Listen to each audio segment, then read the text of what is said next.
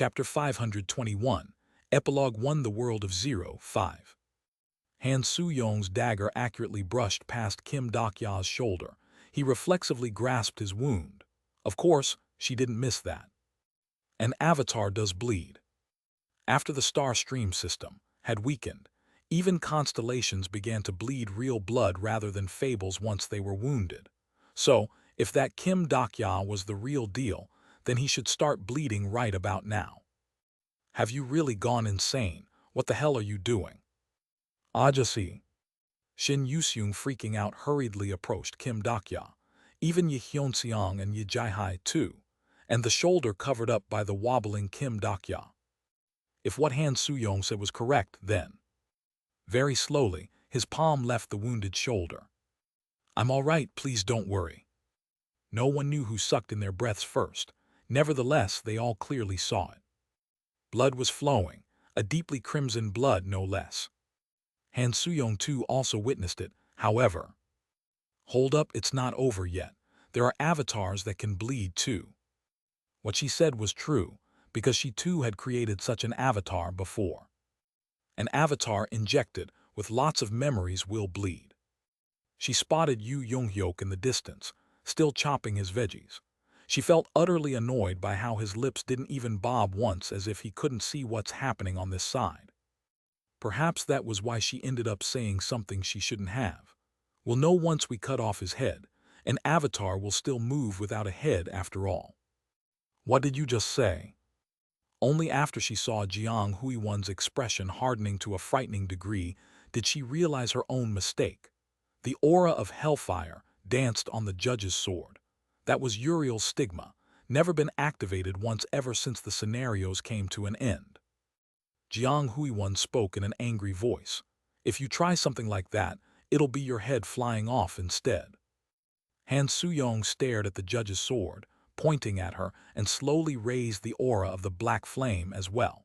She knew the situation was gradually reaching the point of no return, yet she still couldn't stop herself. Yi Xiaohua's voice trying to dissuade them was heard next.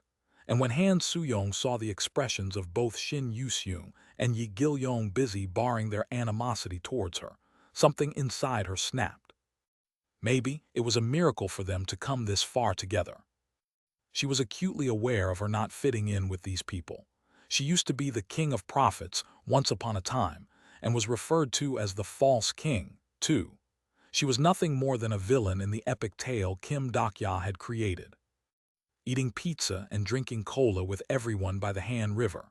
From the get-go, all of that was a conclusion ill-suited to Han Soo-young. Kugugugugu. The tense standoff generated by the two opposing flames continued on, only for a clear, innocent-sounding voice to break the flow. What are you all doing? I brought beer. Jang Hyong, holding plastic bags on both of her hands, was standing there. Wait, are you doing one of those hidden camera things because I showed up late? That voice, filled with anxiety, managed to wake the companions up, as if they finally recalled the reason why they were here in the first place. And the man who hadn't said a single word until now also decided to say something as well. Why don't you all give it a rest?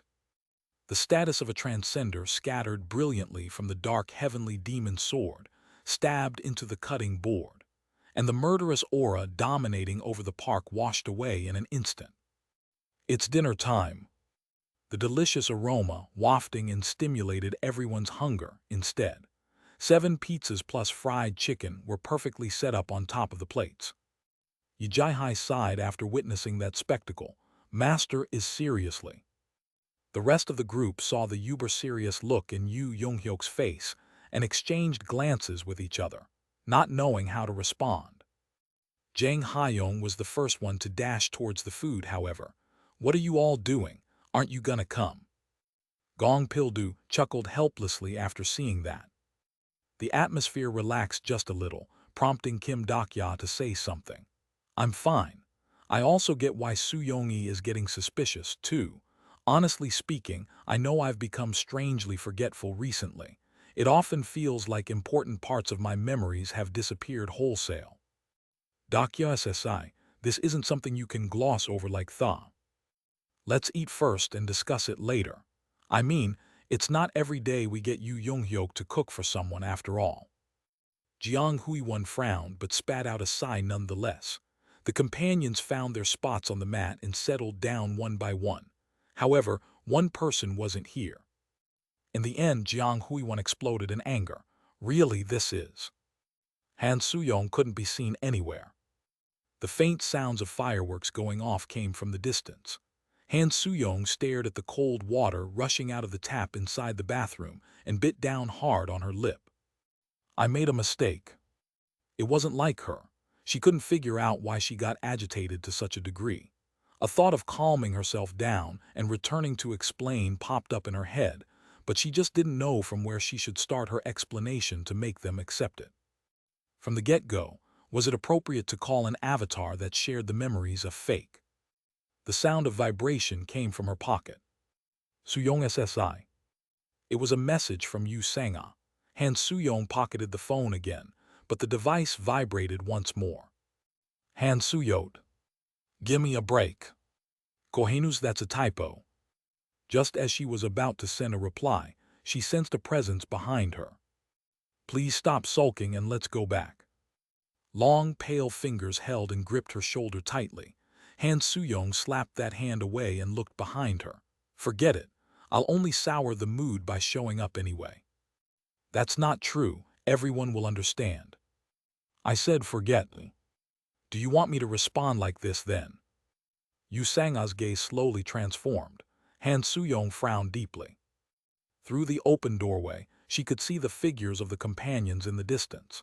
And as she watched how Yu Sanga stood there as if to protect that scene, a strange gut feeling suddenly brushed past her brain. Yu Sanga's expression back then, not even trying all that hard to stop her. Maybe she. Once upon a time, Dakya SSI asked me this. If the cause of this world was the most ancient dream, then what would happen to the world if that guy was eliminated? Yu Sanga asked. What? What will happen to a world that no one looks at? Han Suyong grabbed Yu Sanga's collars and shoved her against the wall. You spit out everything you know now. Han Suyong looked into the still calm eyes of Yu Sanga, and the truth gradually dawned on her. There was a time when Yu Sanga acted as a librarian of the fourth wall.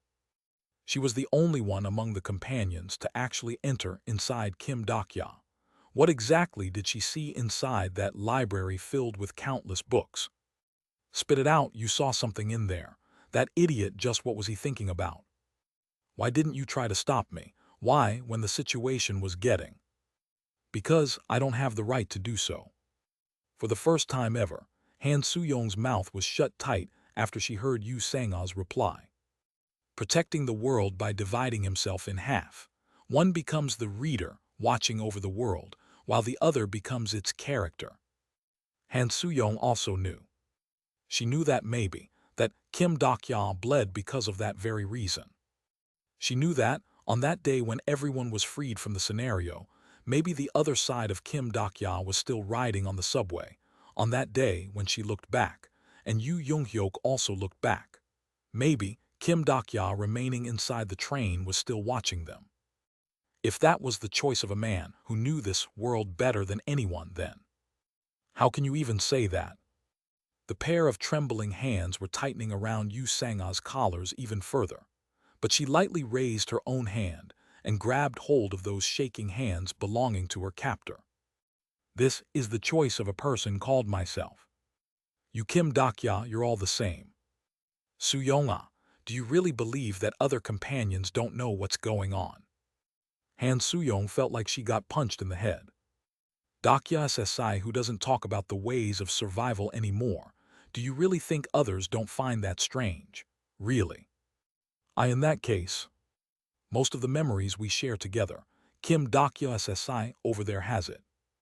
The companions sitting on the mat and chatting away could be seen. Figures of Jiang Huiwen smiling brightly, while Yi Hyunseong was pouring beer. Drunk Gong Pil Du was singing, while Yi Hwa was clapping her hands. Jang Hayong stood up from her spot and noisily yapped on with an exaggerated voice. So like back in the demon world. The Kim Dakya they remembered was different from people to people. If Kim Dak-ya was a reader to Han Soo-yong, then to Shin Yu-seung and Yi Gil-yong, he was the parent. To Yi Hyun-seong, he was the spent cartridge, and to Yu Sang-ah, the work colleague. To Yi Jai-hai, Jiang Hui-won, Jang Ha-yong, and also to Yi Clhwa as well as Gong Pil-do. That person is also Dak-yo SSI. Doesn't matter how much percentage he is made out of, there's no doubt that he is Dak-yo SSI. Dak-yo SSI who journeyed together with us. The festive fireworks were still going off in the distance.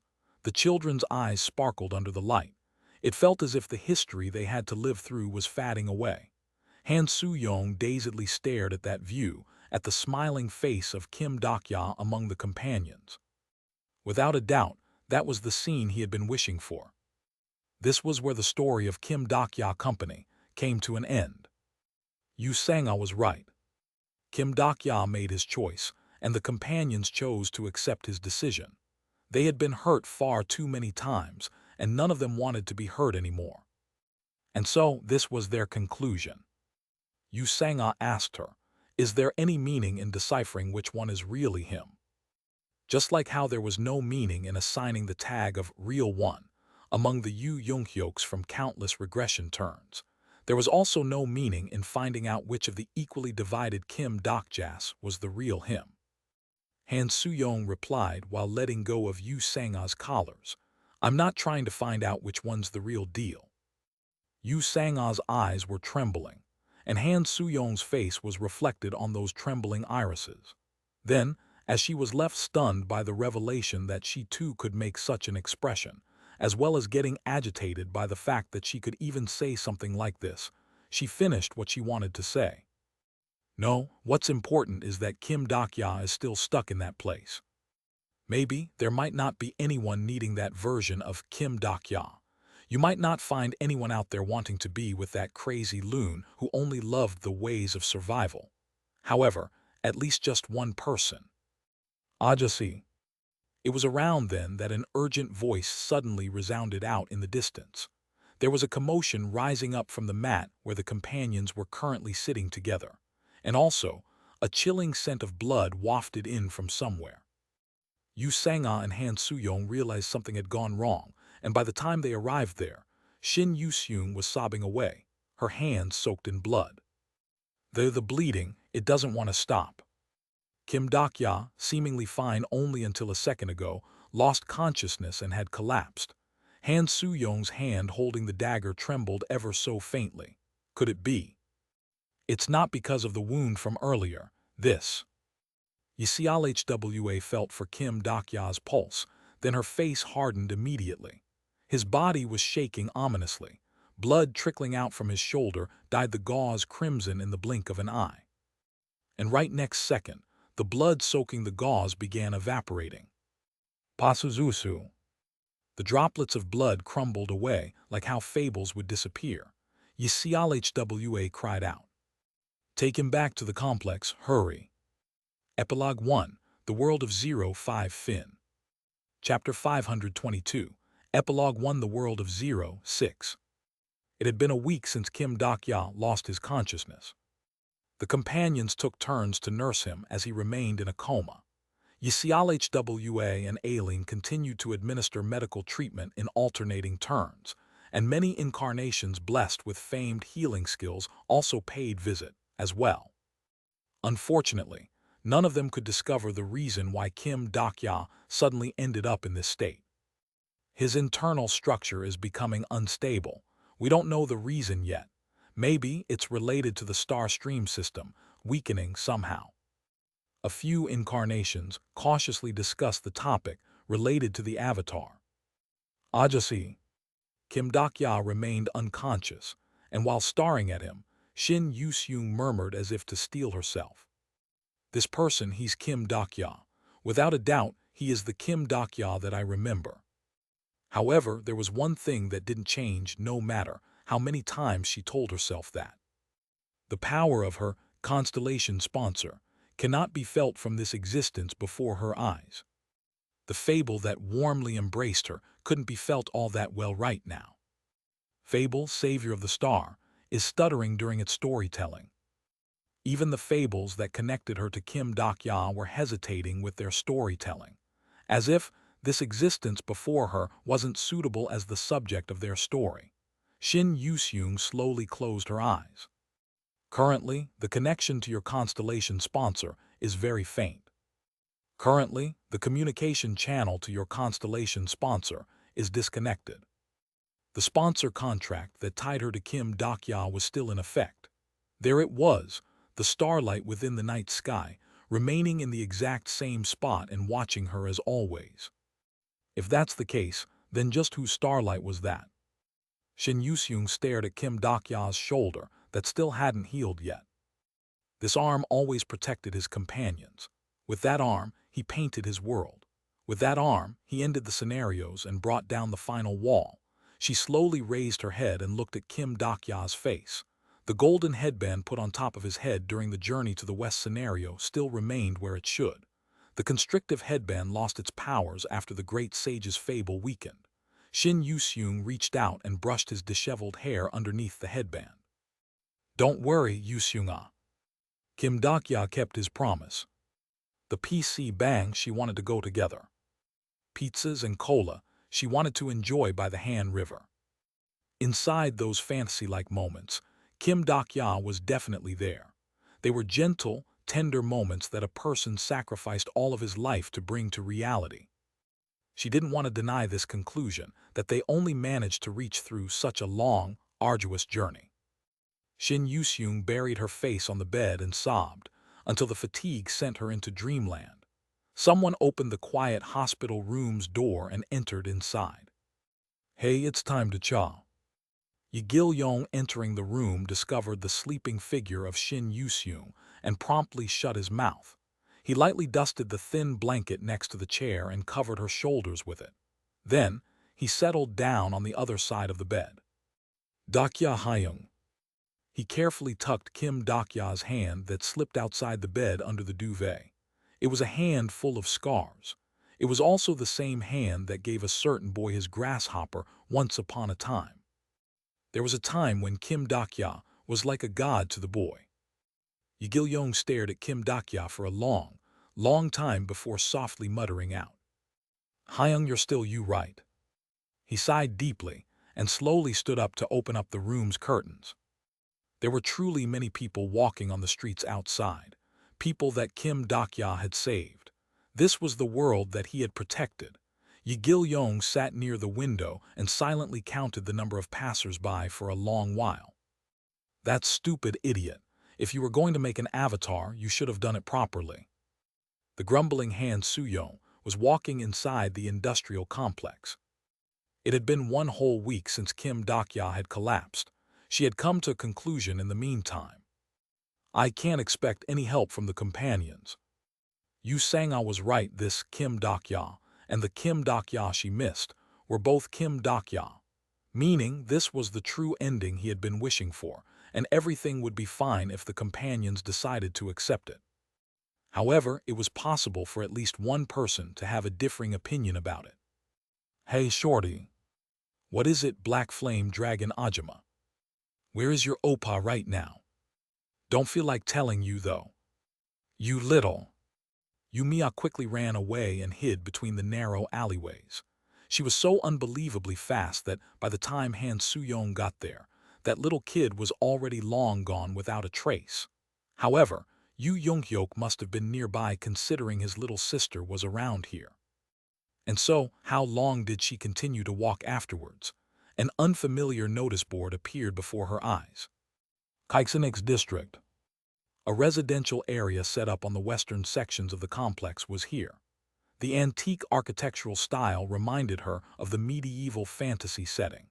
She only heard about this place from Yi Soo-jong, but now that she had witnessed the view of this rather unexpectedly well-thought-out cityscape, Han Soo-yong couldn't help but be impressed.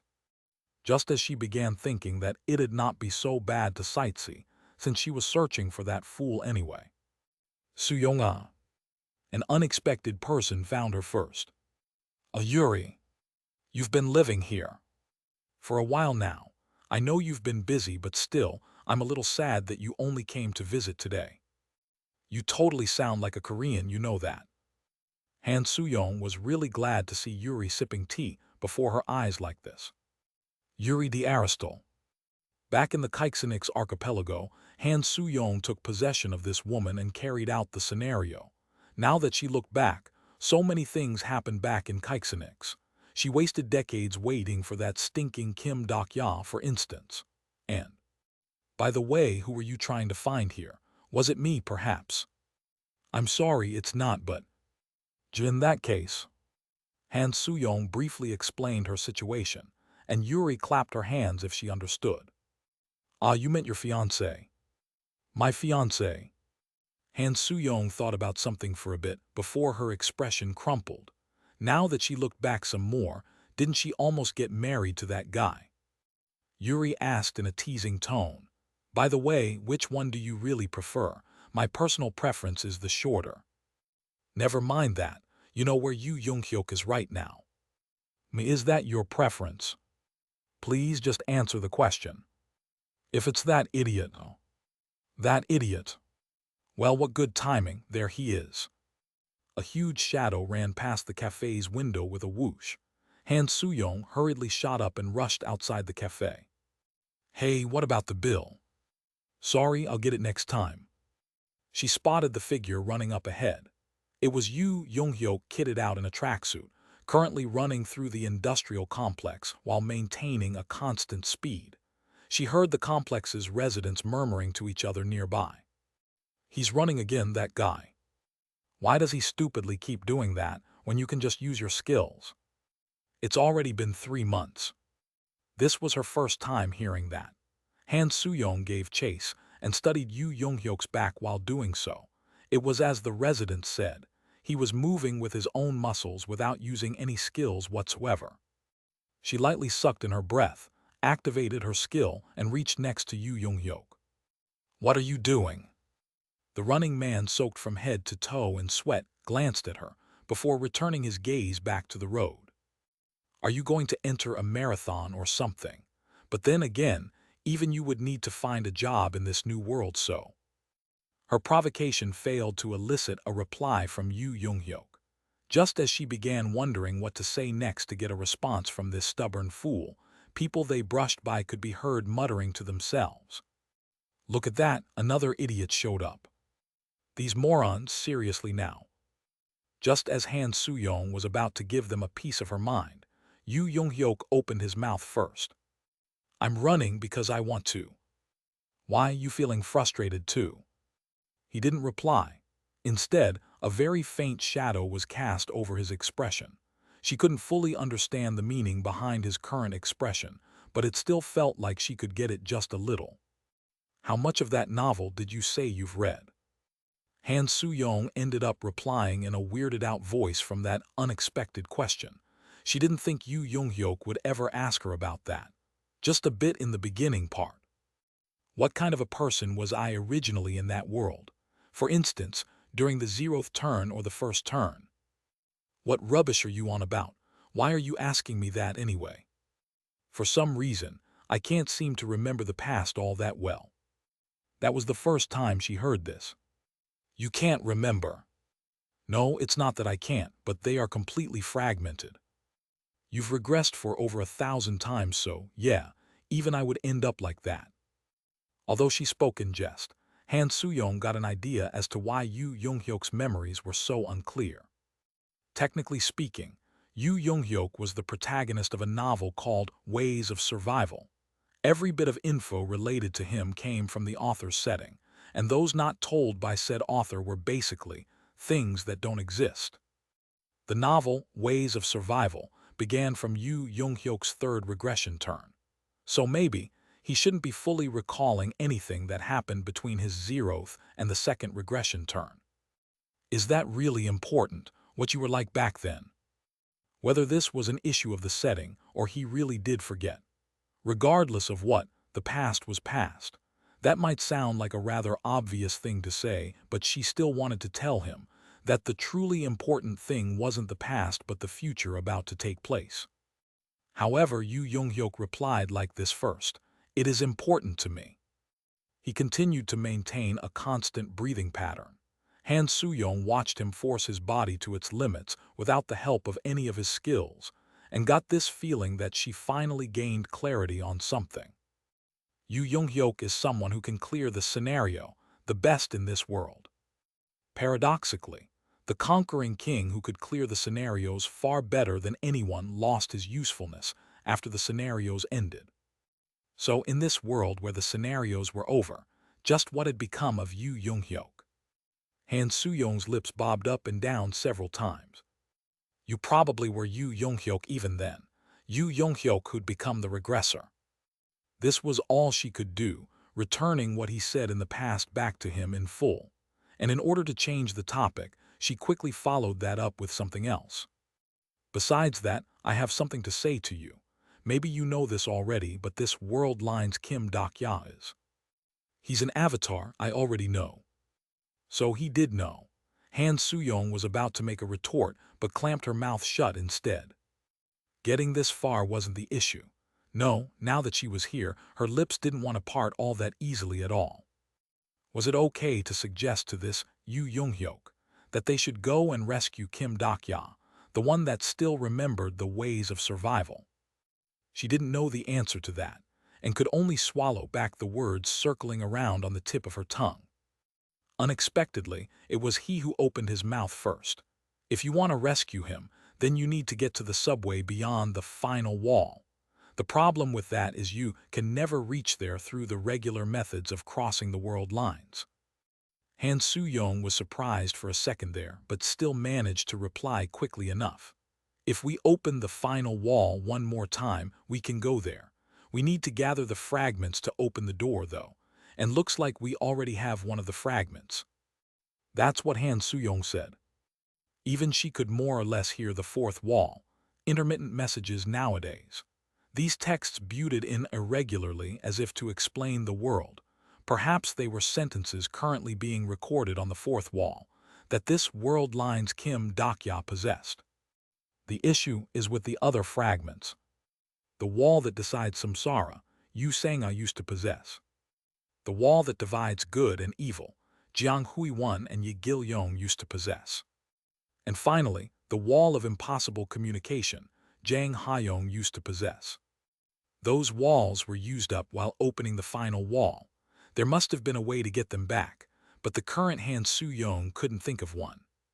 Han Soo-young. What now? This is the third lap. Third lap. Only after hearing that did she realize that the same exact scenery as earlier was laid out before her eyes. It was the sight she encountered when stepping foot in this district for the first time. They had been running in a massive loop until now. What did you see? I was looking at the birds on top of the tower, said Yu Young-hyuk. Those birds always return there during this time of the day. And that cafe, it's always full around this time every day. Have you seen the clock tower back in Kaiksenix? Faces of different people are engraved into the second, minute, and hour hands. Your face is also there. Han Soo-young followed after Yu Young-hyuk's words and turned her head. The world as described by him was indeed right here. Maybe he had been staring at this scenery while looping around many, many times. Why are you looking at stuff like that, though? Have you finally gone insane? Han Soo-young felt that him looping alone was truly a pity, and could only say that as her reply. That prompted him to say this, however. If you run one more time. Yu Young-hyuk had come to a stop even before she had noticed it, and he was now asking her, if you get a chance to run again, do you believe you can see it better the next time? Han Soo-young also came to halt right there. Incarnation, Yu Young-hyuk's stigma is emitting a faint light. In all honesty, she already knew. From a while ago, she realized what he was trying to say.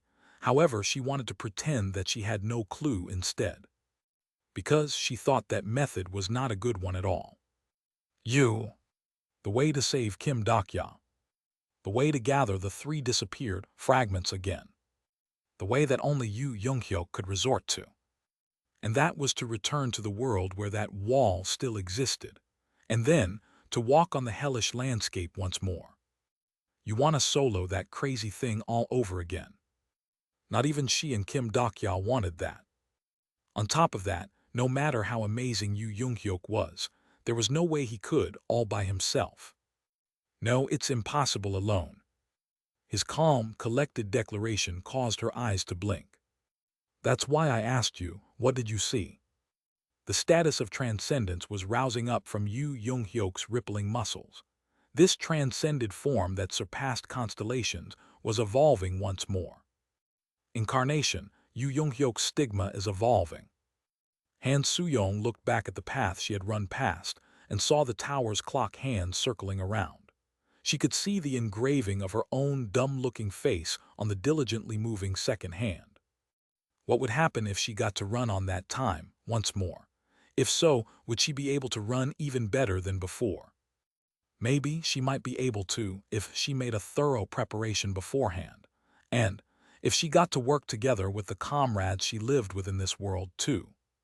She looked back, only to discover the regressor that had run on that very distance countless times staring right back at her. I need your help, Han Soo-young. Stigma, regression, has acquired the possibility of group regression. Epilogue 1, The World of 06, Fin. Chapter 523, Epilogue 1, The World of 07.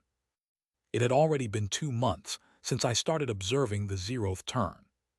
There was this one thing I got to learn during this time period, and it'd be the fact that regardless of which regression turn it was, Yu Jung-hyuk would always be Yu Jung-hyuk. I'm not selecting anyone. Incarnation, Yu Jung-hyuk, has not selected his constellation backer. And with that, the second sponsor selection came to a close. If I were to include the sudden, unannounced sponsor selection that happened in the middle, then this would be the 3rd time. Yu Jung-hyuk didn't choose his constellation backer during all 3 occasions. He couldn't choose during the first one because of me, though. Sujujun. My palm that smacked the back of his head still stung quite a bit. Well, I did forcibly butt in during the beginning scenario and knocked out an incarnation about to enter an important event, so even I wouldn't be able to escape from the after effects. Whatever the case might have been, Yu Jung-hyuk began showing an unbelievable level of wariness during the sponsor selection events afterwards. Constellations, they are capable of knocking me out cold without the slightest warning. I must not carelessly trust them. It surely was an unfortunate turn of event from my perspective. Still, others also didn't get selected, so it wasn't such a big loss either way. Constellation, Abyssal Black Flame Dragon, complains by asking why he was not chosen. Constellation, Mouse that eats fingernails, is drooling after Incarnation Yu Jung-hyuk's fingernails. Constellation, Founder of Humanity, is interested in Incarnation Yu Jung-hyuk. Constellation, Demon-like Judge of Fire, is puzzled by Incarnation Yu Jung-hyuk's action. Time passed and Baehyung's channel gradually grew larger, and the number of modifiers I knew had increased somewhat in the meantime. Constellation, Demon King of Salvation, is greeting the demon-like Judge of Fire. Constellation, Demon-like Judge of Fire, is snorting derisively. Uriel. Constellation, Prisoner of the Golden Headband, is cackling. Constellation, Demon King of Salvation, is happily greeting the Prisoner of the Golden Headband. Constellation, Prisoner of the Golden Headband, has started picking his nose. Right, this was how the proper ways of survival should be. I was remembering the figures of the constellations I knew, and had forgotten about that fact for a moment there. Constellation, Abyssal Black Flame Dragon, warns other constellations that the Demon King of Salvation is an attention seeker, so others should be wary. Of course, the one I found most annoying of all was this dude. Just as I was about to say something even at the cost of wasting coins, Baehyung opened his mouth first. Conquering King Yu Jung-hyuk, will you really not select any constellation backer? I advise you to think about this one more time. No, I'm not choosing. Well then. Dear constellation NIMs that applied to become the sponsors, allow me to present you with a special opportunity to appeal to this particular incarnation. Baehyung came to be blessed with several, find the incarnation groups all thanks to Yu Jung-hyuk, and as a result, That huge grin refused to leave his face the whole day long. He probably had figured out that this was his chance to score big. A short while later, a new message window popped up before my eyes. Dokibai Bihyung presents a special sponsorship opportunity. Please sponsor an item to the incarnation of your choosing. I was about to thoughtlessly tap on the confirm icon, only to spot a very small fine print all the way at the bottom of the window. 3,500 coins will automatically be deducted when purchasing the applicable item.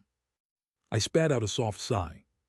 Current coin balance, 500C. Stupide Kim Dok-ya. As I've completely emptied the Kim Dok-ya company's coffers while clearing the final scenario, obviously I wouldn't have any coins left to my name now. I pondered if I could mass-produce coins somehow by abusing the authority of the most ancient dream, but the efficiency of that was not very good with my current power level, so that plan had been put on hold for now. Constellation, Abyssal Black Flame Dragon, says that if you sign the contract with him, he can turn you into a really cool Black Flame Dragon. Constellation, God of Wine and Ecstasy, says that if you sign the contract with him, the legendary brew of the Olympus will specially be. Constellation, Slumbering Lady of Fine Brocade, says if you sign the contract with her, the mid-rank starter pack will be. The sponsorship messages from the constellations rain down from the sky. Hell, constellations promising to shower him with early stages special items, the kind that even I didn't get to use, were practically lining up in a queue here. Even in the original novel, Yu Young-hyuk from the third turn didn't enjoy this level of attention. So, how did a mere 0th turn become this famous? Quite simple, actually. Incarnation, Yu Young-hyuk, is rejecting the offers of constellations. That's not enough. That was all because the 0th turn Yu Young-hyuk was way too full of himself. There are far too many willing to give me such useless things. Isn't there anyone willing to share information on hidden pieces? Constellation, Slumbering Lady of Fine Brocade, is sweating profusely while replying that she doesn't know much about such topics. Is there anyone who can show me something similar to the revelations of the future? Constellation, Master of Skywalk, says leaking such information is against the rules. You all are worse than this Demon King of Salvation, then. Portion of Constellations are seriously curious about the true identity of the Demon King of Salvation. And so, the Demon King of Salvation began to enjoy an unprecedented level of popularity during the 0th turn, regardless of his wishes. Demon King of Salvation, leaker of the future revelations. Olympus reveals leaking predictions is impossible, probability-wise. No Demon King named Demon King of Salvation exists, declares Demon King Association. Abyssal Black Flame Dragon, modifier Demon King of Salvation, is similar to the one he used to have. By reading the information coming in through the Starstream daily, I gained new appreciation on what the life of a constellation entailed. So, an incarnation becoming a constellation, and being one already at the start of the scenarios, could be this different, is it? Your fame has started spreading around Starstream. Portion of gossipers have created a song called Conman Demon King of Salvation, and have begun spreading it. You have acquired 5,000 coins through the rise of your popularity. Whatever the case might have been, it wasn't such a bad deal for me. Hey, dear Demon King of Salvation Nim, will you continue with your patronage of my channel this month as well? Constellation, Demon King of Salvation, replies with of course. All thanks to you, dear Demon King Nim, this month's revenue has shot up by a noticeable amount. If it's not too much trouble, may I inquire about your true name? Honestly, I've never seen anyone treat probability like ratchet as much as you, Demon King Nim. Ah ha ha ha, that was a compliment of course. Constellation, Demon King of Salvation, says he can't reveal his true name. Is that so? How unfortunate. Honestly, I'm slightly puzzled by why someone as great as you decided to stick by this lowly one's channel. It's not like I've got an amazing backing or anything. Baehyung's expression showed his lack of confidence. I quietly stared at him for a bit before replying with these words. Constellation, Demon King of Salvation, says he's simply repaying his debt. A book you've read once before could be read again without too much hassle. However, you could also run into a roadblock in unexpected places. That's how the zeroth turn felt like to me. Incarnation, Yu Jung-hyuk, has not selected his constellation backer. In a certain way, Yu Jung-hyuk's zeroth turn was pretty similar to my own world line. Here was a tale that had deviated greatly from the predetermined plot development. Now that we were this far along, it should be impossible to go back to the plot of the original zeroth turn, right? Jung-hyuk SSI, will it be fine to install the barricades over here? The Emperor of Steelsword, Yehyun-seong. Oi, Captain, you promised to teach me that swordsmanship, didn't you? The Demon of Delusions, Kim Nam-woon. Master, can I go item farming for a bit after this scenario ends? The Naval Admiral, Yijai. And also, one more person had been added to the ranks, someone who shouldn't even be there during the zeroth turn. When you're about to pass by the Jumho station, you must recruit that person. Maybe this was me just being greedy. In this world, Yu Sang-ah, Ye Gil-yong, and even I didn't exist, but at least there was one person that Kim Dokya Company could recruit. Hyunseong SSI, it's not level over there. The judge that destroys evil, Jiang Hui-wan. I watched her go through the checklist of all the things her companions had missed and fell into the reminiscence of the past. I was really happy back then, when we went to the department store together to buy new clothes and visited Eden like a bunch of celebs. Although I handed over a large portion of my memories to the 49% avatar, I still retained quite a lot. I focused myself in order to stay on the right path as the pages of memories rushed in like an incoming storm. That's why you are someone who can only do this right. The Jiang Hui one, I remember, should be all right. Well, the story of that world came to a good end, after all.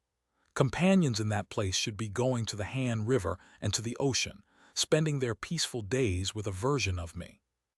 I murmured that as if hypnotized myself, and tried hard to focus on the world immediately before my eyes. Th's isn't yo were eld either. I know. Kim Dokya's world couldn't be found anywhere now. To an existence that saw all the worlds as dreams, there was no meaning to something like one true reality. And to forget about that fact, I poured all my being in observing the spectacle laid out before my eyes. I found it preferable to become a thoughtless constellation at this point. If I were to become a greedy devourer of stories that enjoyed scenarios and created situations he wanted to see, then I'd get to forget about everything else. Oriboni, your Mia has done it. And fortunately enough, this story happened to be the one I loved the most. I told you not to use such a manner of speech in front of others. Hitting. A bitter chuckle floated up on my lips, while I observed Yu Jung-hyuk reprimand his little sister's manner of speech. You should fix your own first, dude. Even if he was supposed to be a pro gamer, he must have held normal conversations with other people before. How was it even possible for him to live in society with that crappy manner of speech? Was it all down to his face's probability? The fourth scenario will soon begin. Everyone get ready. Through the information I conveyed, Yu Jung-hyuk grew stronger little by little. Manage Kim Nam-woon well so that he doesn't stray. He really respects you, so if you use that, things will become easy for you. Don't forget that no one starts as an evil person. Information that I sent his way by sacrificing an incredible amount of probability every single time. Get cocky in the cinema dungeon and calmly clear it. The last boss there uses mental attacks, so before you face it, get this skill first in. If you tie Gong Pil-do down well during the early scenarios, he'll continue to be useful later on. He's not completely irredeemable, so do your best to reform him. The hint is. At first, Yu Jung-hyuk didn't trust me, but after my revelations came true one by one, he began to believe me more and more. About damn time. Just who was responsible for you coming this far anyway? Honestly speaking, I was still a bit miffed by the fact that he hadn't chosen the Demon King of Salvation as his constellation backer yet. By the way, how come you know so much about the scenarios, Captain? Someone is helping me out. Helping you out.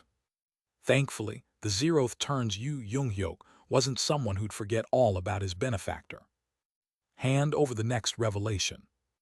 Yu Young-hyuk spent a huge wealth amounting to over 30,000 coins and opened up a one-on-one secret communication line. It was an obvious thing to do since I kept feeding him important information, but still, I wanted to praise him for it. Constellation, Demon King of Salvation, is granting a portion of revelation to Incarnation, Yu Young-hyuk. The core of the fourth scenario is the absolute throne. Remember that you must never. Sujajajachu. An incredible amount of probability was being exhausted every time I handed over the information to him. The standard denomination of this world was stories. So, it was rather obvious that spoiling the future events would damage the probability far more than smacking Yu Young-hyuk in the back of his head. It's them. Yu Young-hyuk's companions all pulled out their weapons at the same time while staring at the enemies flooding in. The closing chapters of the fourth scenario should soon begin. The fourth wall addressed me. YOKNA what YOVBND owing Rai GHT. Along with Pasuzusu noise, the ends of my hand were melting down. I observed the figure of Yu Young-hyuk confronting Seoul's 7 kings. The gleaming heaven-shaking sword, gripped in his hand, howled out a courageous roar. No matiter how HRDUTRY. The zeroth turn story had completely changed from the original. Yu Young-hyuk of this world line would walk on a different path compared to every other Yu Young-hyuks. Th guy can never CWH, that's beyond the W all. I knew the meaning behind the fourth wall's words. There was no method of acquiring the fourth wall in this world line, meaning the last key to open the final wall didn't exist. Regardless of what he did, the zeroth turn Yu Young-hyuk would never be able to get his hands on that key.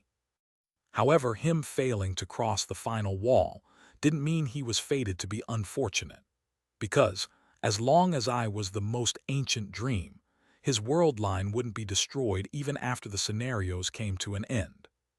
Certain truths would make everyone unhappy simply by their existence. Even though I couldn't show him the truth, I could show him the ending perfectly suitable for this story. Congratulations! Incarnation Yu Young-hyuk has passed every trial of the Absolute Throne. Eventually, Yu Young-hyuk defeated Seoul's 7 kings and stood before the Absolute Throne. The attention of every constellation within the Seoul Dome, as well as all the citizens gathering in the Gwanghwamun, was closely focused on his actions. He slowly unsheathed a certain sword hidden within his inner coat. It was the 4-yin demonic beheading sword. I substituted for the Lord of the Big Dipper constellation and lent him my powers. Constellation, Demon King of Salvation is looking at Incarnation, Yu Young-hyuk. One by one, 7 stars grew brighter and brighter, and the 4-yin demonic beheading sword, held in his hand, emitted blinding light as it evolved into a star relic. Outer gods are astonished by your incredible strength. The lords of the Big Dipper constellation are startled by your presence and are passing out from shock. All the constellations of the Korean peninsula are. I do not have any intentions of representing humans as disgraceful as you.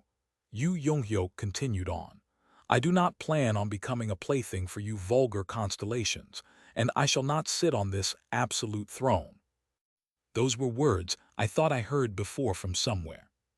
Yu Young-hyuk's sword flashed next, and I'll make sure no one else sits on this throne either. The 4-yin demonic beheading sword, the weapon that could cut apart the star relic's connection to a constellation. Yu Young-hyuk used this very sword to ceaselessly slam down on the absolute throne. He slammed down over and over again. Soon enough the loud crack resounded out. The night skies of Star Stream brightened as if a midnight sun suddenly materialized, and an explosion of messages flooded out. The storm of probabilities aftermath caused by the distortion of the scenario had begun. I quietly extended my hand and blocked that overflowing storm. The world line is dissatisfied by your excessive meddling. The applicable overwrite is beyond your mastery level. Portion of your fable will be lost. The current Yu Young-hyuk was going through the 0th turn. Since he wasn't a regressor, he had no information related to the future, and he couldn't regain the techniques he used in prior turns through inheritance. From now on, the scenarios would only get tougher. He couldn't use bookmark like me, and couldn't rely on omniscient reader's viewpoint either. As that was the case, Kim Dok-yeon knew very well what's necessary to fill that void. Yu Young-hyuk would not have to go through the regression. He'd not become the secretive plotter, and he'd not become the tragic pilgrim wandering in between the world lines. Yu Young-hyuk would get to see his deserved conclusion in this world. Incarnation, Yu Young-hyuk has acquired his first-ever fable. Incarnation, Yu Young-hyuk's new fable has been created. He looked up at the sky, and also a fable taking on the form of a white tiger was looking up at me from behind him, too. It was none other than that very fable that protected me once upon a time. Fable, king of a kingless world, is born. I could see Yu Young-hyuk's elated face through my disintegrating right thumb. Kim Dok-yeon should not exist in this particular story. Even then, this was the story Kim Dok-yeon dearly wished to create. When I slowly closed my eyes, it felt like pages were floating up right before me. Ancient pages, with traces of someone already having doodled on them. In that moment, Kim Dok-yeon made up his mind. He decided to personally write the story that didn't exist in the original. I began jotting something down above those pages. 1 page, 2 pages, every time a page flipped by, time went by too. 5th, 6th, 7th, 8th. My fingers disappeared one by one every time a scenario was cleared. They would regenerate some time later, but their size would always be smaller than before. I used those fingers to write the revelations on the ending Yu Young-hyuk from the original desired, the conclusion I wanted to see, the mistakes I made, and things I gained new understandings of. All these stories gathered as one, and soon became a fable. And so, just how long passed by like this? I slowly opened my eyes. Eventually, Yu Young-hyuk of the 0th turn had reached the final pages of the scenarios. Epilogue 1, The World of 07 Fin. Chapter 524, Epilogue 1, The World of 08. Yu Young-hyuk's heaven-shaking sword scythed through the air. It cut down the constellations blocking his path, and sliced apart the incarnations acting as their underlings. Yu Young-hyuk truly fought hard. He was followed by the companions that broke past the scenarios together with him. Yi Jaihai, Yi Hyunseong Jiang Hui 1, Shin Yuseung, Kim Namwoon, Yi Hwa, Gong Pil-du. System Operation. Seoul's 7 kings were also together with them. King of Hidden Shadows Han Dong-hoon, King of Beauty Min Jae-won. Go Yu Young-hyuk.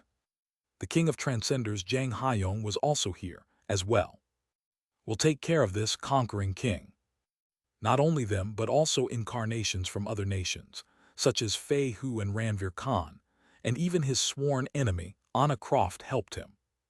Constellation, prisoner of the Golden Headband, is cheering on incarnation Yu Young-hyuk.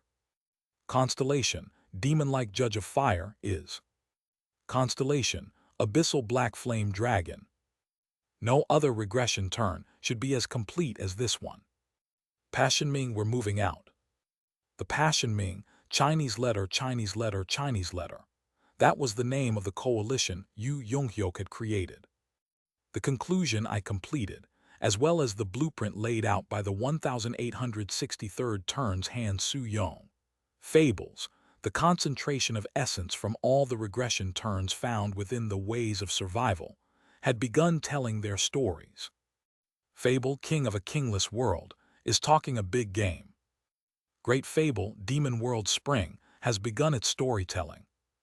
Great Fable, Season of Light and Darkness, has begun its storytelling. It was as if every story happening up to now existed solely for this moment. But how? You shouldn't be able to come here yet. Eventually, they could see the astonished expression of the Dakibai king, beyond the wreckage of the final arc Yu Yonghyok, and the members of Passionmang unhesitantly dashed towards him. "Oh, you foolish incarnations! Killing me has no meaning whatsoever. If Star Stream is destroyed, then you'll all disappear too. A world line with its events concluded will be abandoned.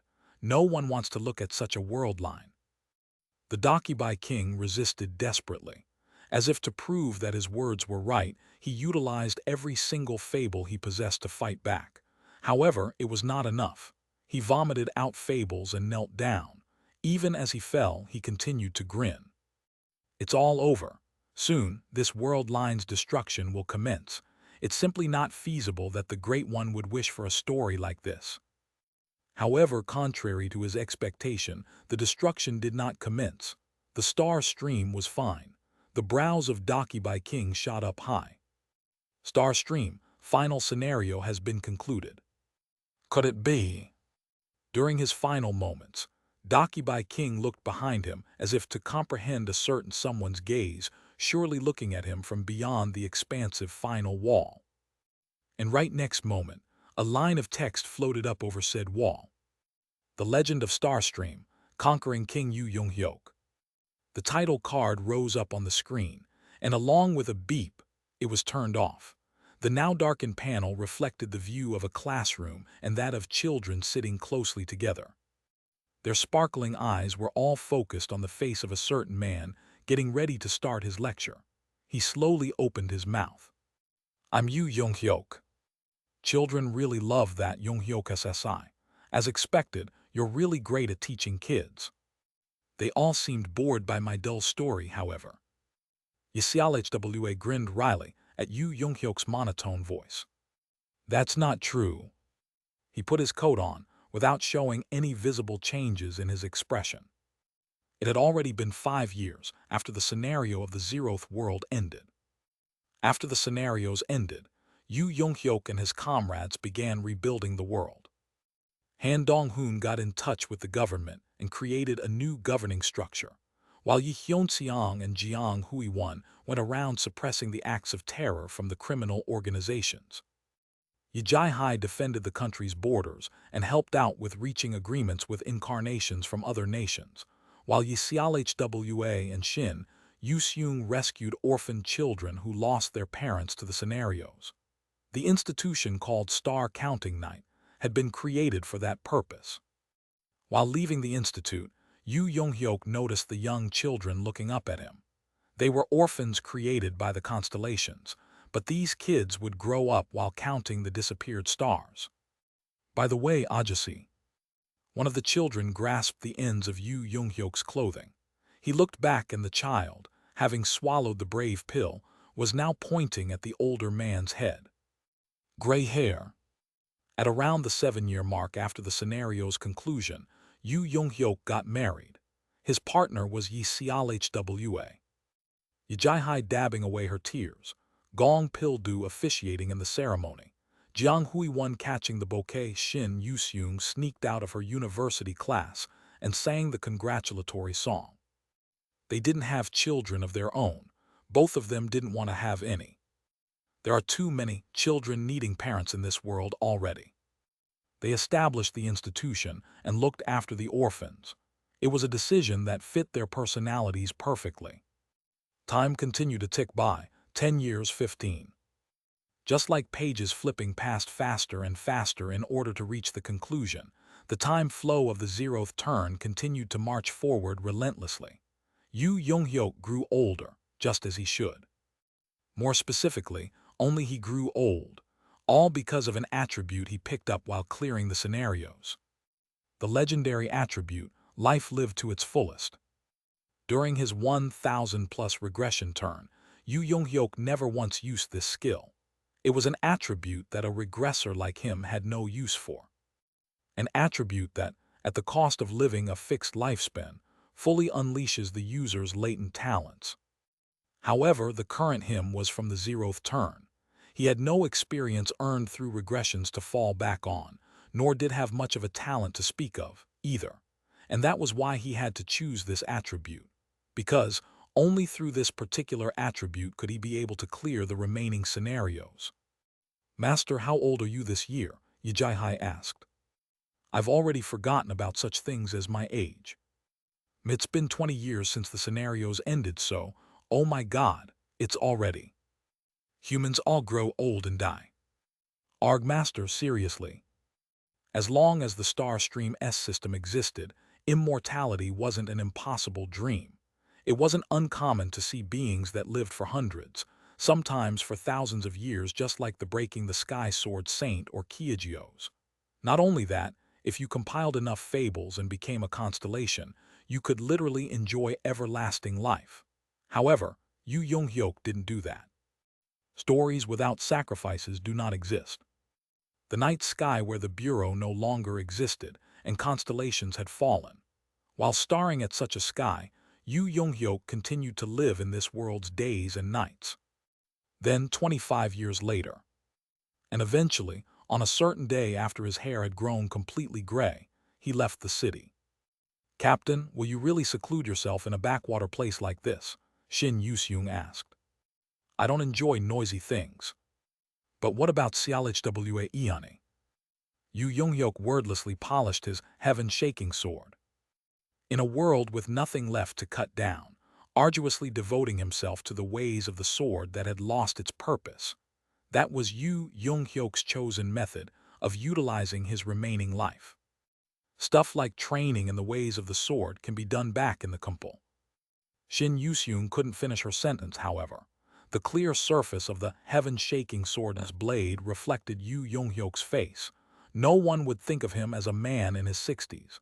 Despite that, Yu Yonghyuk would definitely die later, and Sialhwa, left all alone, would have to carry on living a long, long life without him by her side. Shin Yuseung's lips bobbed up and down several times, and just as she finally managed to open them fully, Kim Nam-woon buted in first. "Conquering King, you're now all decrepit and stuff. I guess I can finally win against you this year, right?"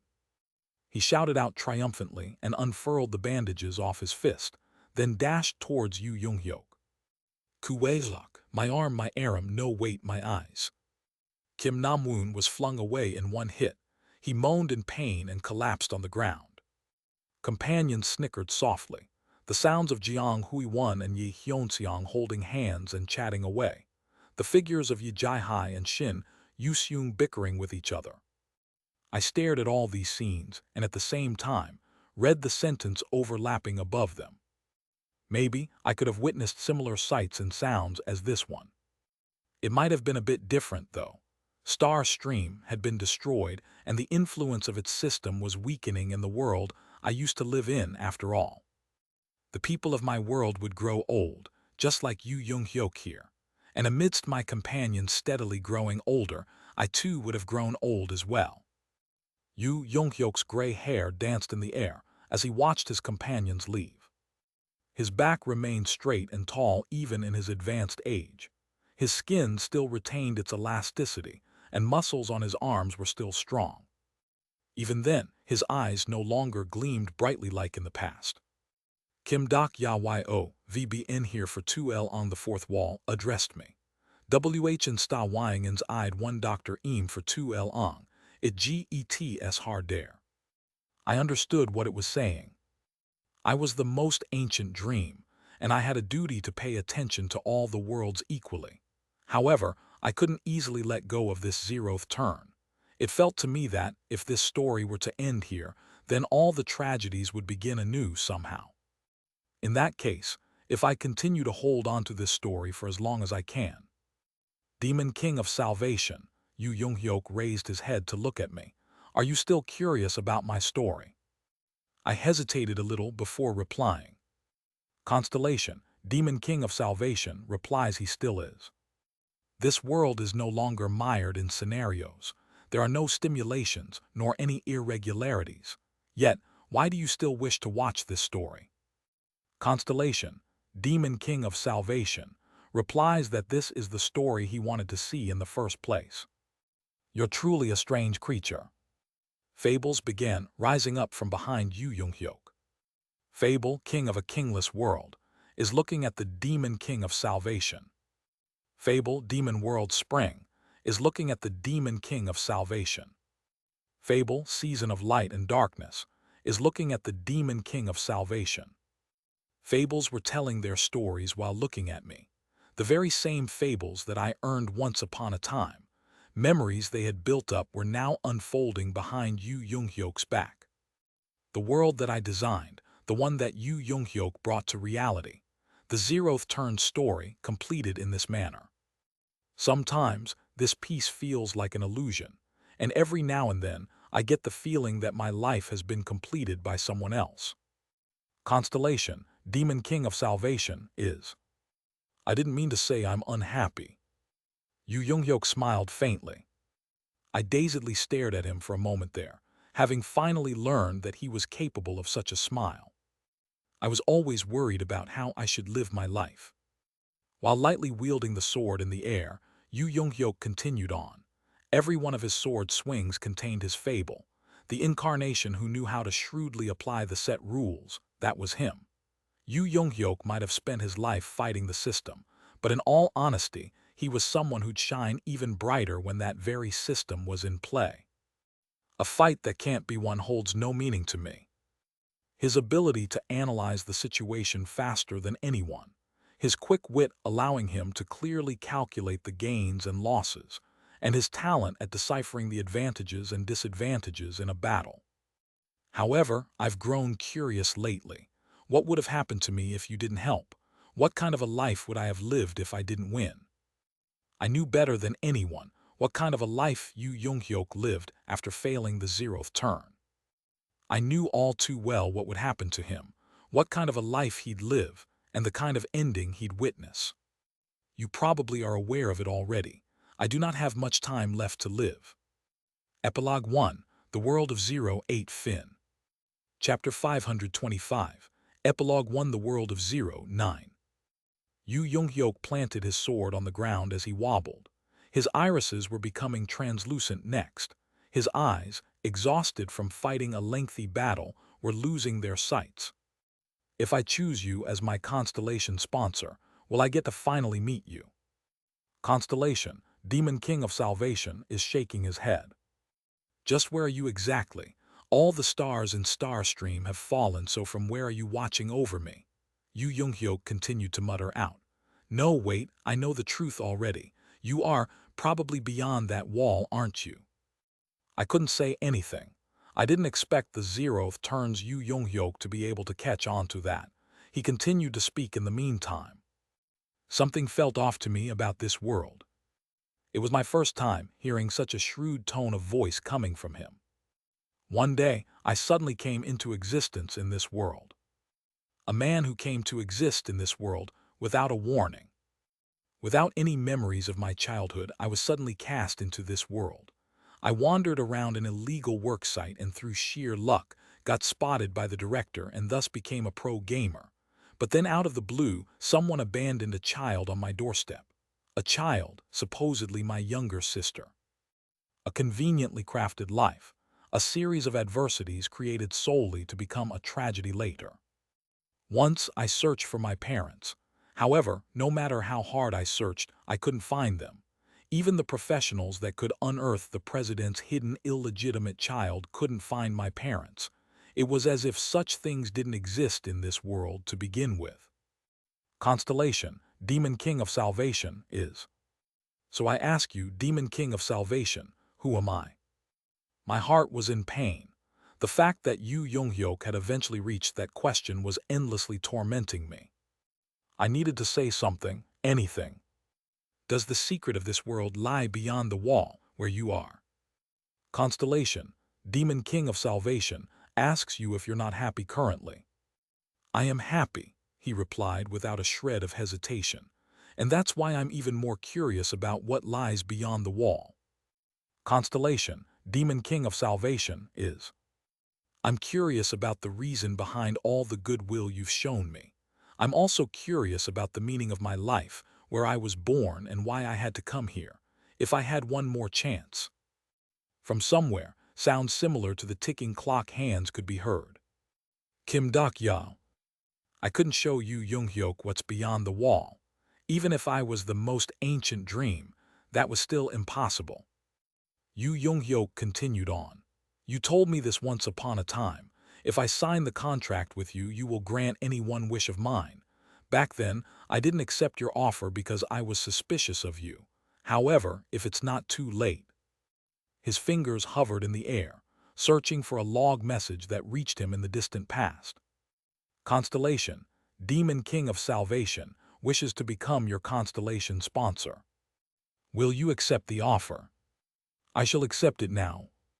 Dizziness rushed in, and the shaking of my surroundings worsened. I called out to the fourth wall. The fourth wall. YOCNT. It already knew what I was going to say. The prerequisite condition needed for Yu Young-hyuk to cross the final wall was to gather all the fragments of the final wall. However, the fourth wall had no intentions of transferring to Yu Young-hyuk. I gritted my teeth and sent a message out. Constellation, Demon King of Salvation, says that wish can't be granted. Why not? Constellation, Demon King of Salvation, says that it is a truly arduous path, that's why. An arduous path. If I couldn't transfer the fourth wall to him, then there was only one option for him to see the conclusion. Constellation, Demon King of Salvation, says that if you wish to cross the wall, you must regress first. Regress. Along with the tsu-cha-cha-chut noise, my entire figure was dyed in the sparks of probability. The world line was telling me this. It was saying that I mustn't inform him of this. It said, this information wasn't something the current Yu Young-hyuk should know. Despite that, I bit down hard on my lip and shook off the world line's opposition. Even if I had to sacrifice much more probability, I wanted to show him the truth. 1864. 1864, what's that supposed to mean? Constellation, Demon King of Salvation, says that is the number of times you must regress before you can witness the conclusion. Memories from the life I had lived became a fable and began unfolding next. Constellation, Demon King of Salvation, says that even if you manage to live all those regression turns, the odds of you successfully seeing the conclusion will be extremely low. Not only that, the current Yu Young-hyuk had broken free from the original world line. He was no longer Yu Young-hyuk from the original novel. Timelines had branched off, and the future no longer existed. Even if he did reach the 1864th turn, there was no guarantee that he'd meet Kim Dak-ya in possession of the fourth wall. THRIS. What? Erasthemimo rise of TH is TURN. Goosebumps broke out all over my skin. What if I give Yu Young-hyuk the fragmented memories similar to the original and send him to the next turn? If so, the world line should think of this Yu Young-hyuk as the original Yu Young-hyuk. He'd be incorporated back into the original's world line and live through the first and the second regression turns without any memories from this life. However, Yu Young-hyuk would become miserable once more. Why Odyssey I ding th at? I slowly raised my head. Yu Young-hyuk was still talking to me. I don't care even if the odds are low. Incarnation, Yu Young-hyuk, has accepted your offer. The fable began its storytelling, and the starlight seemed to extend even further. Your incarnation is waiting for you to say something. I remained silent for a long time, and eventually I came to a decision. I had no choice but to tell him. I slowly regulated my breath and opened my mouth. Yu Young-hyuk. Been a while since I spoke in my true voice. An incredible storm of sparks raged on around me. I tried to suppress the incoming waves as much as possible, yet it was still this bad. Yu Young-hyuk opened his eyes wide and looked up at the sky. Was that your real voice? That's right. I can hear it surprisingly well. Yu Young-hyuk, going slowly deaf, muttered softly. A faint crease spread over the old man Yu Young-hyuk's expression. I pretended to not see that and spoke. I can send you back. However, if that happens, I won't be able to help you from the next turn onwards. The only way to make him reject the offer was to tell him the truth. You'll have to use nothing but your own powers to break past the scenarios. Those scenarios will be far worse than you can ever imagine, and you might end up encountering something you didn't want to at the conclusion you'd eventually reach. I thought back to Yu Young-hyuk. I thought back to the sorrows of the third turn, the anguish of the fourth, and the despair of the secretive plotter. And if you do choose regression, then you will lose the majority of your memories as you cross over. Those words caused the soft sounds of Yu Young-hyuk sucking in his breath to come out. No matter how resolute his determination might be, this one should be a hard pill to swallow. Only the tiniest fragmented memories from the scenarios will remain in you, meaning everything precious to you will disappear. Yclhwa you remember, Yhyonseong, Yjaihai, all of them will. Just because I will forget about them, that doesn't mean they'll suddenly stop existing. I shut my mouth then. They definitely continue to live in this world. They definitely continue to live in this world. Like branding a seal, those words slammed into a part of my head and invaded deep inside. It felt as if a gigantic hand of fate was pouncing upon me. At that moment, Kim Dokya realized that this was the true completion of the 0th turn. The reason why there was no trace of the most ancient dream in the 0th turn. The reason why, despite that fact, Yu Young-hyuk still managed to cross over to the first and then to the second regression turns. Maybe it was. You dumb bastard. I gathered my hands and used the power to manipulate the dream gathered in me. The storm of probabilities aftermath crashing in caused my whole arm to scream in pain as if it was getting twisted and torn off from my body. I recalled all of Yu Young-hyuk's regression turns that I knew. I gathered all the lives he had led, as well as the fables I knew, and created a certain stigma. A stigma that acted as the motive power of this world, as well as the source of all of Yu Young-hyuk's tragedies. Stigma regression has been generated. Your stigma has been transferred to your incarnation.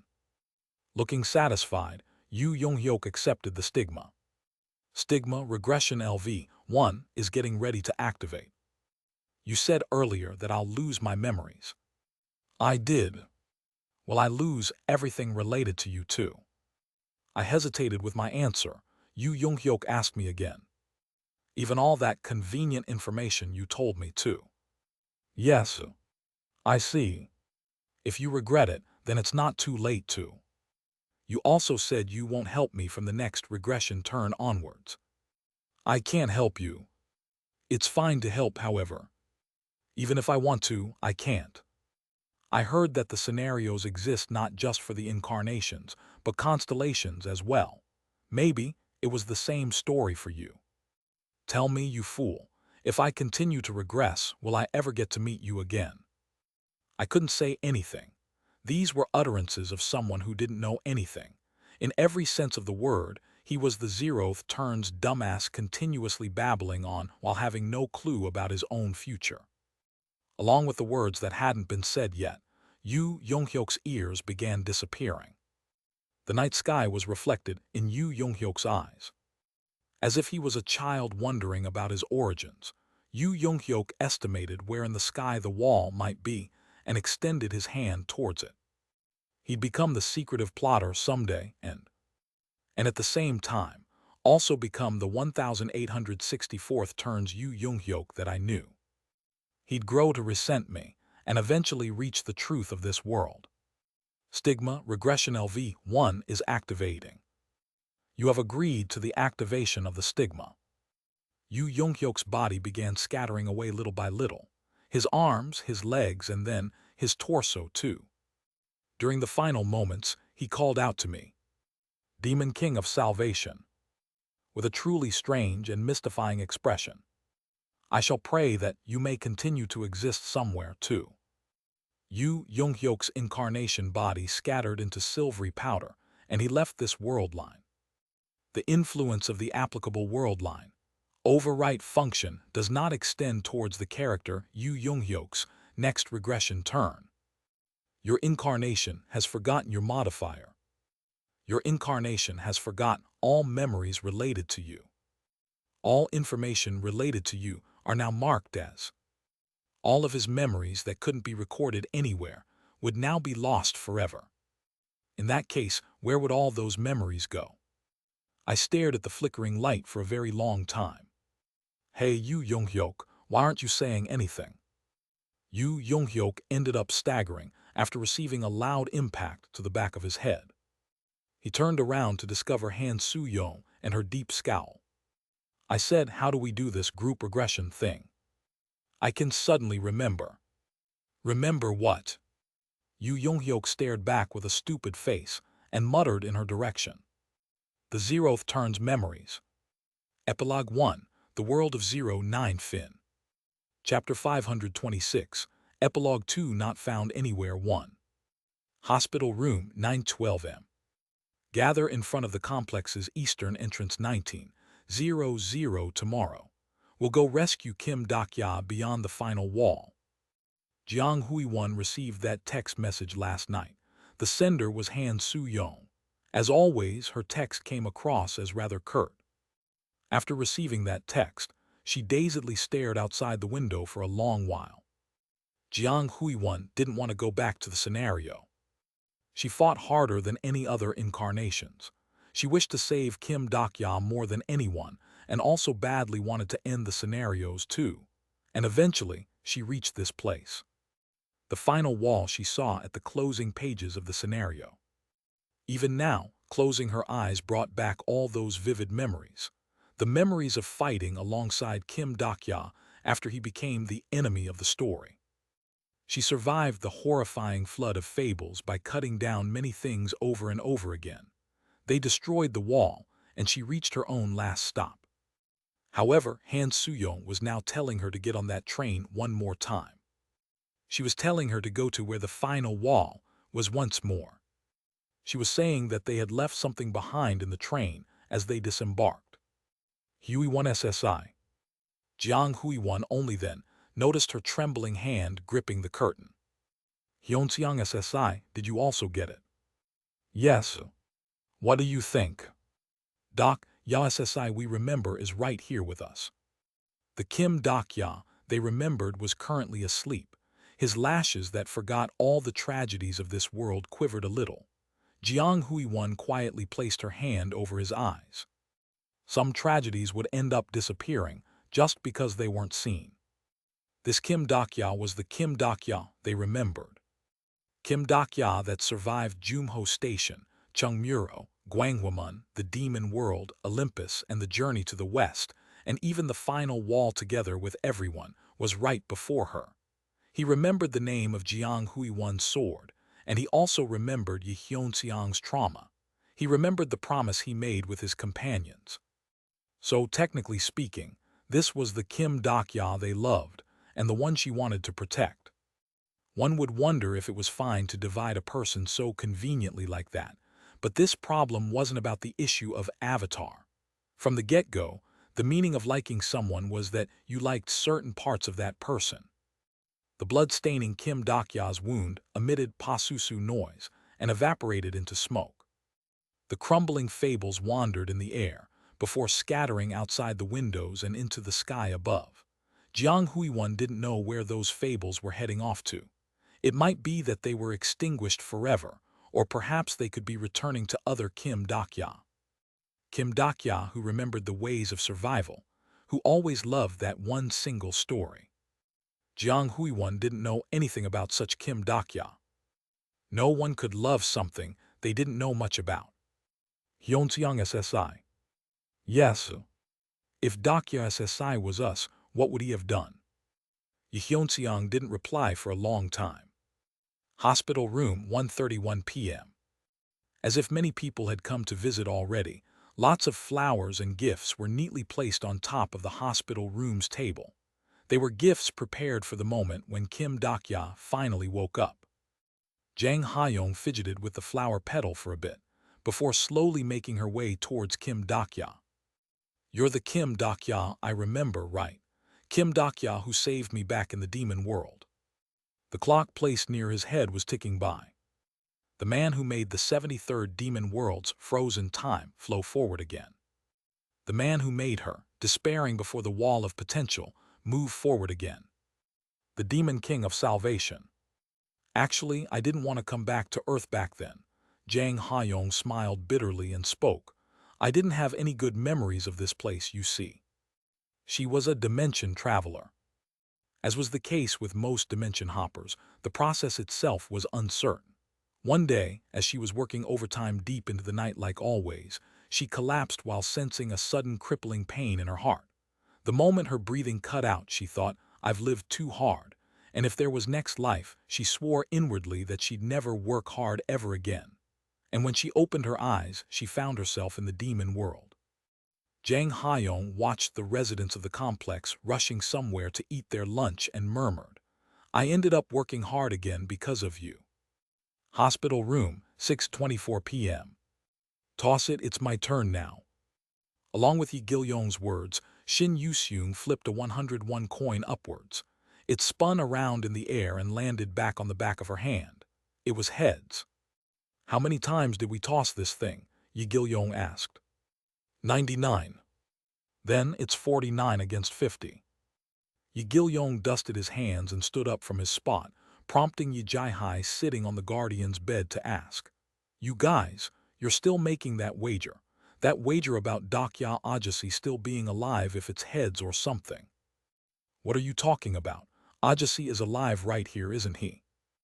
Okay, so what wager is it this time? The children didn't reply. Yi Jai-hai frowned. You two, do you really believe that claim? What do you mean? That story about the existence of another Dakya Ajasi that we don't know about how he didn't leave the subway train. The two kids didn't reply again. Yi Jai-hai, dazedly looking at Kim Dakya, suddenly jumped up from her spot and pointed at him. This Ajasi is the Dakya Ajasi I know of, okay. He's the Ajasi who saved you and me, got that? We know. You think that's all?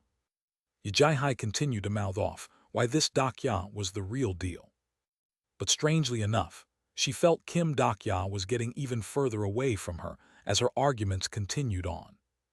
And also, Yi Jai-hai grasped Kim Dakya's pale hand tightly.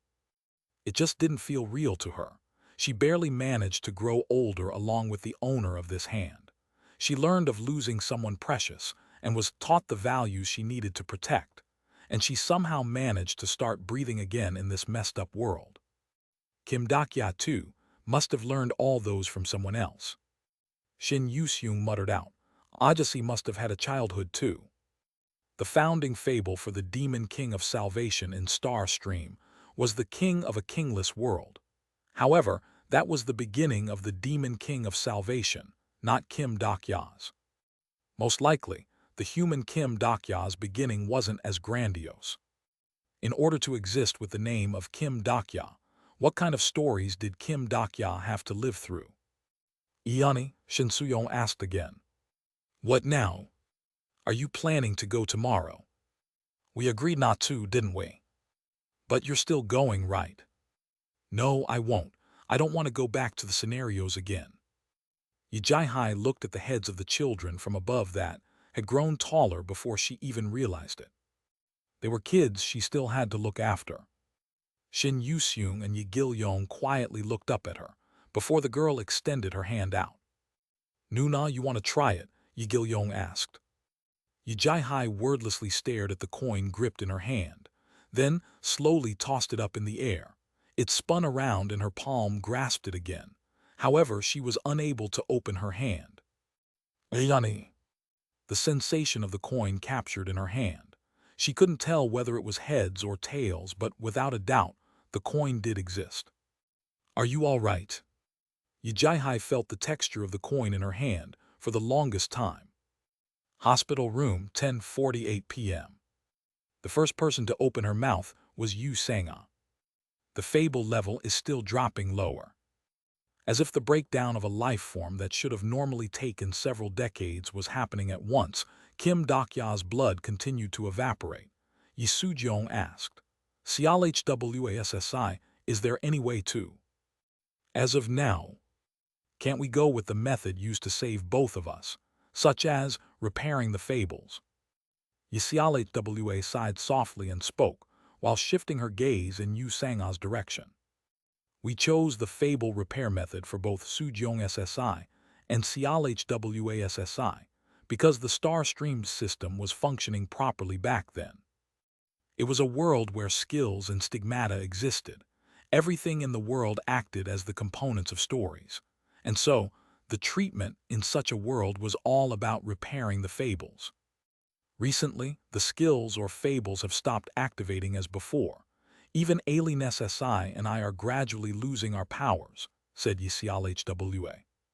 Is that because the star stream influence is disappearing? With how things are like now, that's the likeliest possibility. The reason why Dakya SC's wounds aren't healing must be of a similar nature. Kim Dakya before their eyes was an existence created out of the Avatar skill, and the Avatar was a skill belonging to Star Stream system. Yixialhwa made her final diagnosis.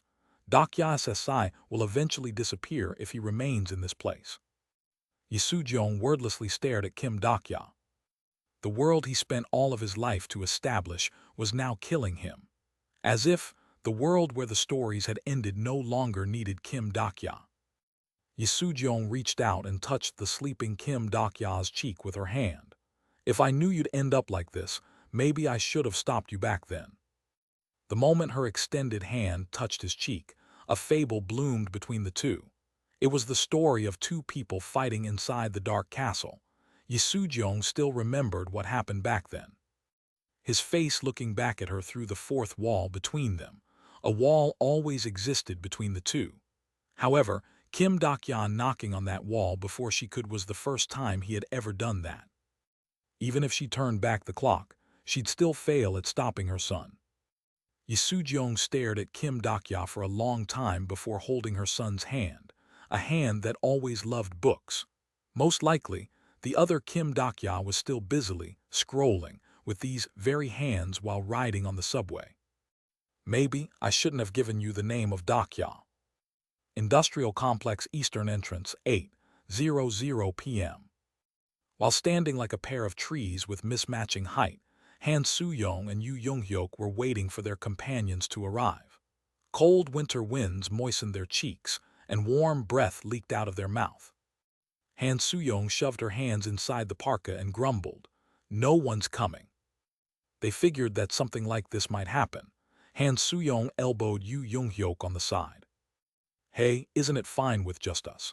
If we combine my ingenious brain and your nonsensical fighting prowess then? It's impossible for us to." "Arg, why not? You've been fine so far all alone, right? But this time it'd be two of us, you know." Rather than replying, Yu Young-hyuk quietly looked at his own hand. A transparent ring was swirling around above that very hand. Stigma, regression is evolving. The countless regression turns he lived through were writhing within that ring. "You have no idea what it means to regress," said Yu Young-hyuk, as he slowly distorted the ring within his palm. "You don't know what happens every time I go through the regression." Fables grasped tightly within his fist howled out in agony. Sentences were exploding like insect eggs. Those were screams of the ones that repeatedly died many times throughout his life. There is no such thing as the perfect regression, just like how there can be no fable without sacrifices. If I regress again this time, more than likely, he'd lose someone again. The world would sink into yet another tragedy. The world about to be created in order to save Kim Dakya could be destroyed without managing to save anyone instead. Han Soo-young replied, "I know that, also." She shifted her gaze over to the complex's entrance and continued on. Since when was it? Several lengthy shadows were drawing closer to them under the cold, wintry light. Those people also know it too. Epilogue 2, Not Found Anywhere 1 Fin. Chapter 527, Epilogue 2 Not Found Anywhere 2. Han Soo-young explained the plan in clear, concise words. 1. In order to rescue Kim Dakya, they had to cross the final wall. 2. To cross the final wall, they needed a total of 5 fragments. 3. The only remaining fragment in this world line was the fourth wall Kim Dakya's avatar possessed. 4. To acquire the other 4 fragments, they were to perform group regression and cross over to another world line. The companions stared at each other with slightly dazed expressions after hearing that very concise plan. The first one to ask was Yi Jai-hai. Will that even be possible? This guy said it is, so I'm sure it will be, replied Han Soo-young. After receiving her gaze, Yu Young-hyuk nodded his head. It's possible. However, my stigma hasn't finished evolving yet, so it might take a little while longer. We needed time to prepare ourselves anyway. Hold on. This regression you speak of, Master, just what is the principle behind it? When I activate the regression, we will all return to the past, to the starting point of the scenarios. Then what about our own world? A brand new world line separate from this one will be created. If you want to count the regression number, then it'll be the 1865th turn. The 1865th world line. It was such a gobsmacking number that the companions could only blink their eyes in stupefaction. So, you're saying we should give it another shot over there? As if she had already expected something like this before coming here, Jiang Huiwan's expression as she said those words was filled with sheer determination. However, not everyone held the same view as her. According to my knowledge, your regression this time had been a little special, wasn't it? Yu Sang-ah was the one saying these words. I read about regressions inside Dakya SC's library, so I know a few things about it as well. All of your regressions until now had been based on the world view of the ways of survival. However, this regression turn was a little bit special, wasn't it?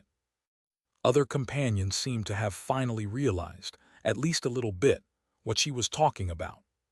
The current world line was different from Yu Young-hyuk's past regressions. It was the world line brought to life by Yu Young-hyuk's desire to see the end. A portion of the fourth wall caved in, and that resulted in a world where reality and fiction combined into one. Its proof was that this regression turn featured some people who weren't characters from the ways of survival. Can all of us really go back together? Can you assure us that'll be the case? If Yu Young-hyuk's regression activated with the ways of survival as its operational criteria, then several of the companions, such as Yu Sang-ah and Yi Gil-yong, couldn't accompany him. Yu Young-hyuk slowly blinked his eyes and replied, regression will activate with the world line that I am currently in as its operational criteria. That means this Dakya SSI can travel with us too. Yu Sang-ah pointed to Kim Dakya, lying on the hospital bed behind them. The reason why this world's Kim Dakya was dying had to do with the power of the system weakening gradually.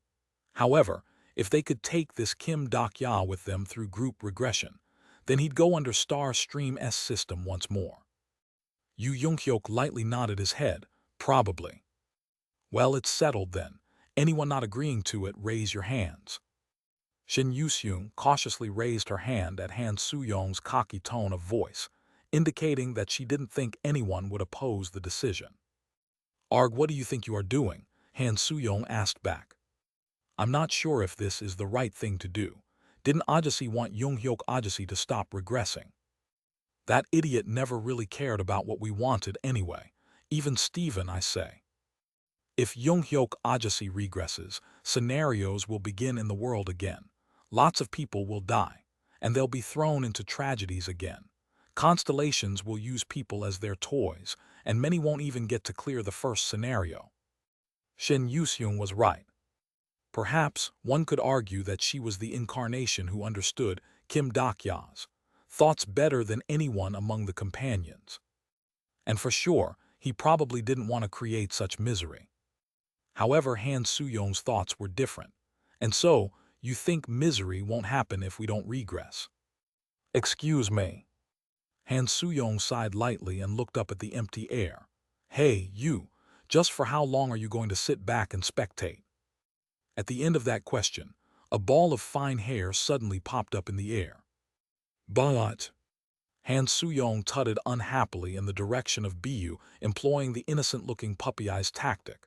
You and that thing again. That prompted Yu Young-hyuk to say something. Biyu. Biyu dry coughed a bit before opening her mouth. Whether you regress or not, other world lines will continue to be destroyed.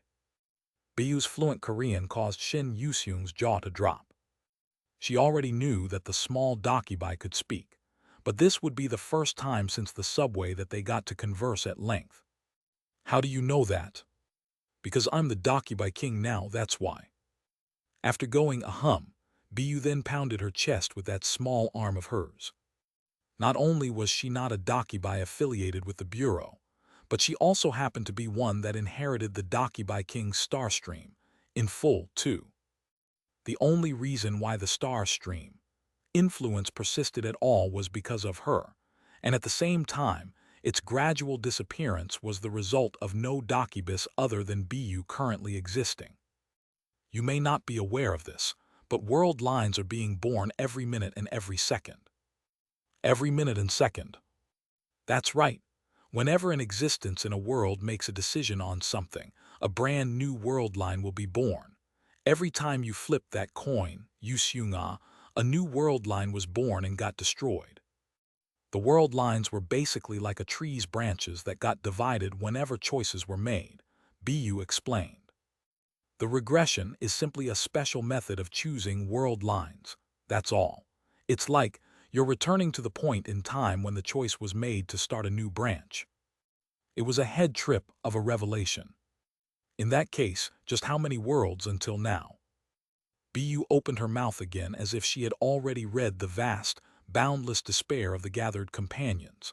Only Father would know that. Father. There could only ever be one person that Byu would refer to as her father in all of the world lines. The constellation responsible for establishing Kim Dakya Company. And the existence that ended up becoming this universe, most ancient dream. You can only change one world line out of all the countless others out there. The companions earnestly started cooking up their plan on the following day. Project Capture the Squid. Han Soo-young came up with that title. What was the standard of life form as accepted by Starstream, again? Since they all decided to regress, once more, they had to come up with a truly perfect plan. The companions often discussed the methods to thoroughly and completely conquer the scenarios, and the one topic their opinions seemed to clash far more than any other was the first scenario. What about germs? Germs are also life forms, aren't they? If you spray hydrochloric acid on a hand, wouldn't you get like 10,000 coins? If such a thing was accepted, then a person doing nothing should have survived too. Our bodies kill germs in real time, you know. Some people survived without doing anything, though. We can't afford to let fate decide for us. We definitely need to kill something. I killed a grasshopper to survive back then, and I heard Dakya Hyung even resorted to breaking grasshopper eggs to earn coins. Han Soo-young, quietly listening to the various opinions, began jotting them down on the memo. So then, insect eggs are counted as life forms in Starstream standards. Why don't the germs count, though? I think it has something to do with you actually being able to perceive the taking of life. Should we ask Byu about it? Even the Team Anna, featuring Selena, Kim, and Iris, was added to the mix, and the strategy meeting became even livelier than before. This route is the best one to take during here. No, hang on, this one's better, according to my predictive plagiarism. Kim Dakya didn't exist in the next regression turn waiting for them. However, that didn't mean they knew nothing either. Yu Yonghyuk was in possession of the 1863rd turn's memories he got from the secretive plotter, and Han Soo-young possessed the predictive plagiarism. And Yu Sang-ah had read the records within the fourth wall's library. And finally, they were the only beings that managed to go beyond the final wall. Han Soo-young was able to breathe again after the first meeting came to an end. It had been only a week. According to Yu Yonghyuk, the group regression would only be available in a month's time from now. The companions sometimes argued with each other over the methods of clearing scenarios. The greatest sacrificial lamb, you gotta definitely. Did you forget that Dakya SSI died back then? If you do it this way. They hated the scenario more than anyone out there. Even then, even as they discussed it at length, The companions seemed excited about something somehow. Why was this? They regained their reality by barely surviving past the scenarios, yet how could they be so jovial when discussing a plan to return to the scenarios? Reality didn't refer to a specific place. Maybe this was because all of them couldn't forget about a certain someone. Maybe they just couldn't forget the time they spent together with that certain someone to survive the horrifying tragedy. I still remember everything about the cinema dungeon. Dakya SSI did this here. The locations where each of the companions joined the group might have been different. The time they remembered and the Kim Dakya they remembered were also different. Despite all that, just like how Yu Young-hyuk's numerous regression turns eventually gathered to become one person, it was a similar story for Kim Dakya as well. The absolute throne, according to Dakya Hyung's words. Parts of Kim Dakya different people liked gathered to become one Kim Dakya, and I miss it back then. And Kim Dakya's parts gathered in that manner caused the companions to start loving the other parts still unfamiliar to them. Han Soo-young slowly turned her head, and her eyes caught the figure of Yu Young-hyuk sitting in a lotus position. Golden rings were looping around his entire body as he trained hard in order to evolve his stigma. Han Soo-young wordlessly observed him for a while before asking a question. Hey, I was curious about something. I'm concentrating, so stop bothering me. You told me earlier that you recalled the memories from the 0th turn, didn't you? One of the golden rings went out of the loop. As faint sparks danced around him, Yu Young-hyuk cracked open his eyelids just a little. Han Soo-young grinned and asked again, what exactly did you remember? He hesitated for a long time before replying. Kim Dakya was there. Wah, seriously? That's why I became certain that Kim Dakya was still alive as the most ancient dream. What was he doing there anyway? I can't remember everything, but Yu Young-hyuk scowled heavily and while looking at his dark heavenly demon sword, spoke in a seething tone of voice. I know for certain that he hit me in the back of my head. I opened my eyes while sensing the clunking, noisy vibration of the subway train. It's okay to sl eat more Kim Dakya. I've slept enough. I stretched my heavy-feeling limbs and sensed the vitality return slowly to the rest of my body. Most of the powers I spent watching the 0th turn had been recovered. The right arm I sacrificed in order to facilitate Yu Young-hyuk's regression had almost fully regrown by now, too. But for some reason, it felt as if my whole body was lighter than before. Should I say that my body size had shrunken overall? Yu Young-hyuk began his second life. Yu Young-hyuk, as he lived through the 1st turn, was now reflected on the display panel. I recalled his figure as he was leaving the 0th turn. Even though he had reached the most ideal conclusion that I could think of, he still chose to regress. To find out the reason why he was born into this world. To find the cause behind his existence in this reality. The 4th wall. And gee, if every creature was born because someone had read them, you think there is an existence reading about me somewhere too. The 4th wall didn't reply. Maybe even it also had no clue about this topic. I began imagining the other reader observing me from somewhere. However, it was harder than I thought. Just like how it was with the first, most ancient dream, a god could very well be a helpless, powerless creature. It could even be someone that I recognized too. Maybe it was one of the Kim Dakya Company's members. Could it be that I existed in this place because they were imagining about me? When na look. I shifted my gaze towards the screen displaying Yu Young-hyuk's 1st turn. Maybe later. I still have lots of other world lines to look at after all. It was around then that the subway's speed began decreasing gradually. The train will be flying over the outskirts of the dream. A portion of the screens was switched off, and the panoramic view of the universe was shown outside the windows instead. Even before I could ask, the 4th wall spoke first. Universis ots kir ts, border zones of auth dem nco ns. Faint rays of light could be spied within the universe's pitch-black night skies. For sure, this seemed quite different from the star stream's universe, because this particular universe was shaped like a warped tree. What's over there? Are there universes different than mine? Starstream is JUST, one of Ma and YWO RLDV used in the GR Eater Universe C. Currently, the train is flying past the outskirts of Tree of Illusion. Currently, the train is passing through the Dark Dimension's time axis. The Tree of Illusion. That seemed like the name of the tree over there. Was I mistaken, though? I thought I heard that name before somewhere. Can we go there? To danger oh so better not. Is there a most ancient dream over there too? Th airs but differ n and me. Numerous roots extending well below, stems created out of countless souls, and way above them all, branches assimilated into the night sky. The roots and branches circled around the vast distance of the universe to connect with each other, and something resembling a massive eye was in the middle, a lone eye, illuminating the universe with boiling, licking flames. The moment my gaze met that eye, I was overcome with this inexplicable chill. A problem has occurred in the system.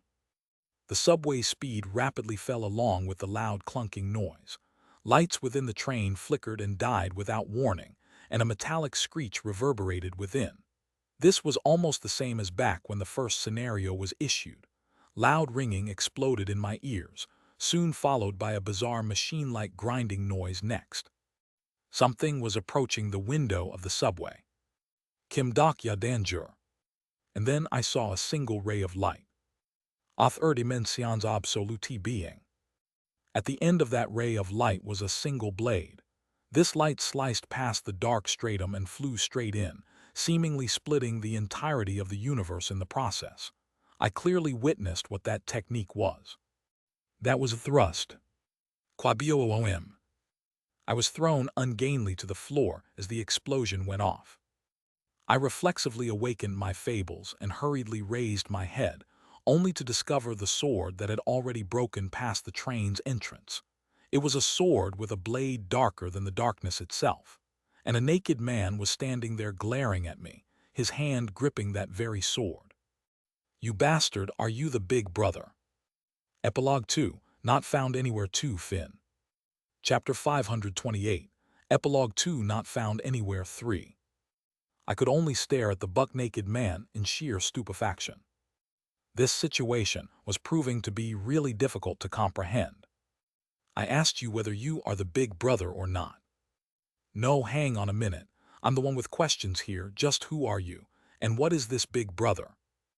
It seems that you are not the big brother, but how did you break past the time fall and enter here? Besides, what is this train?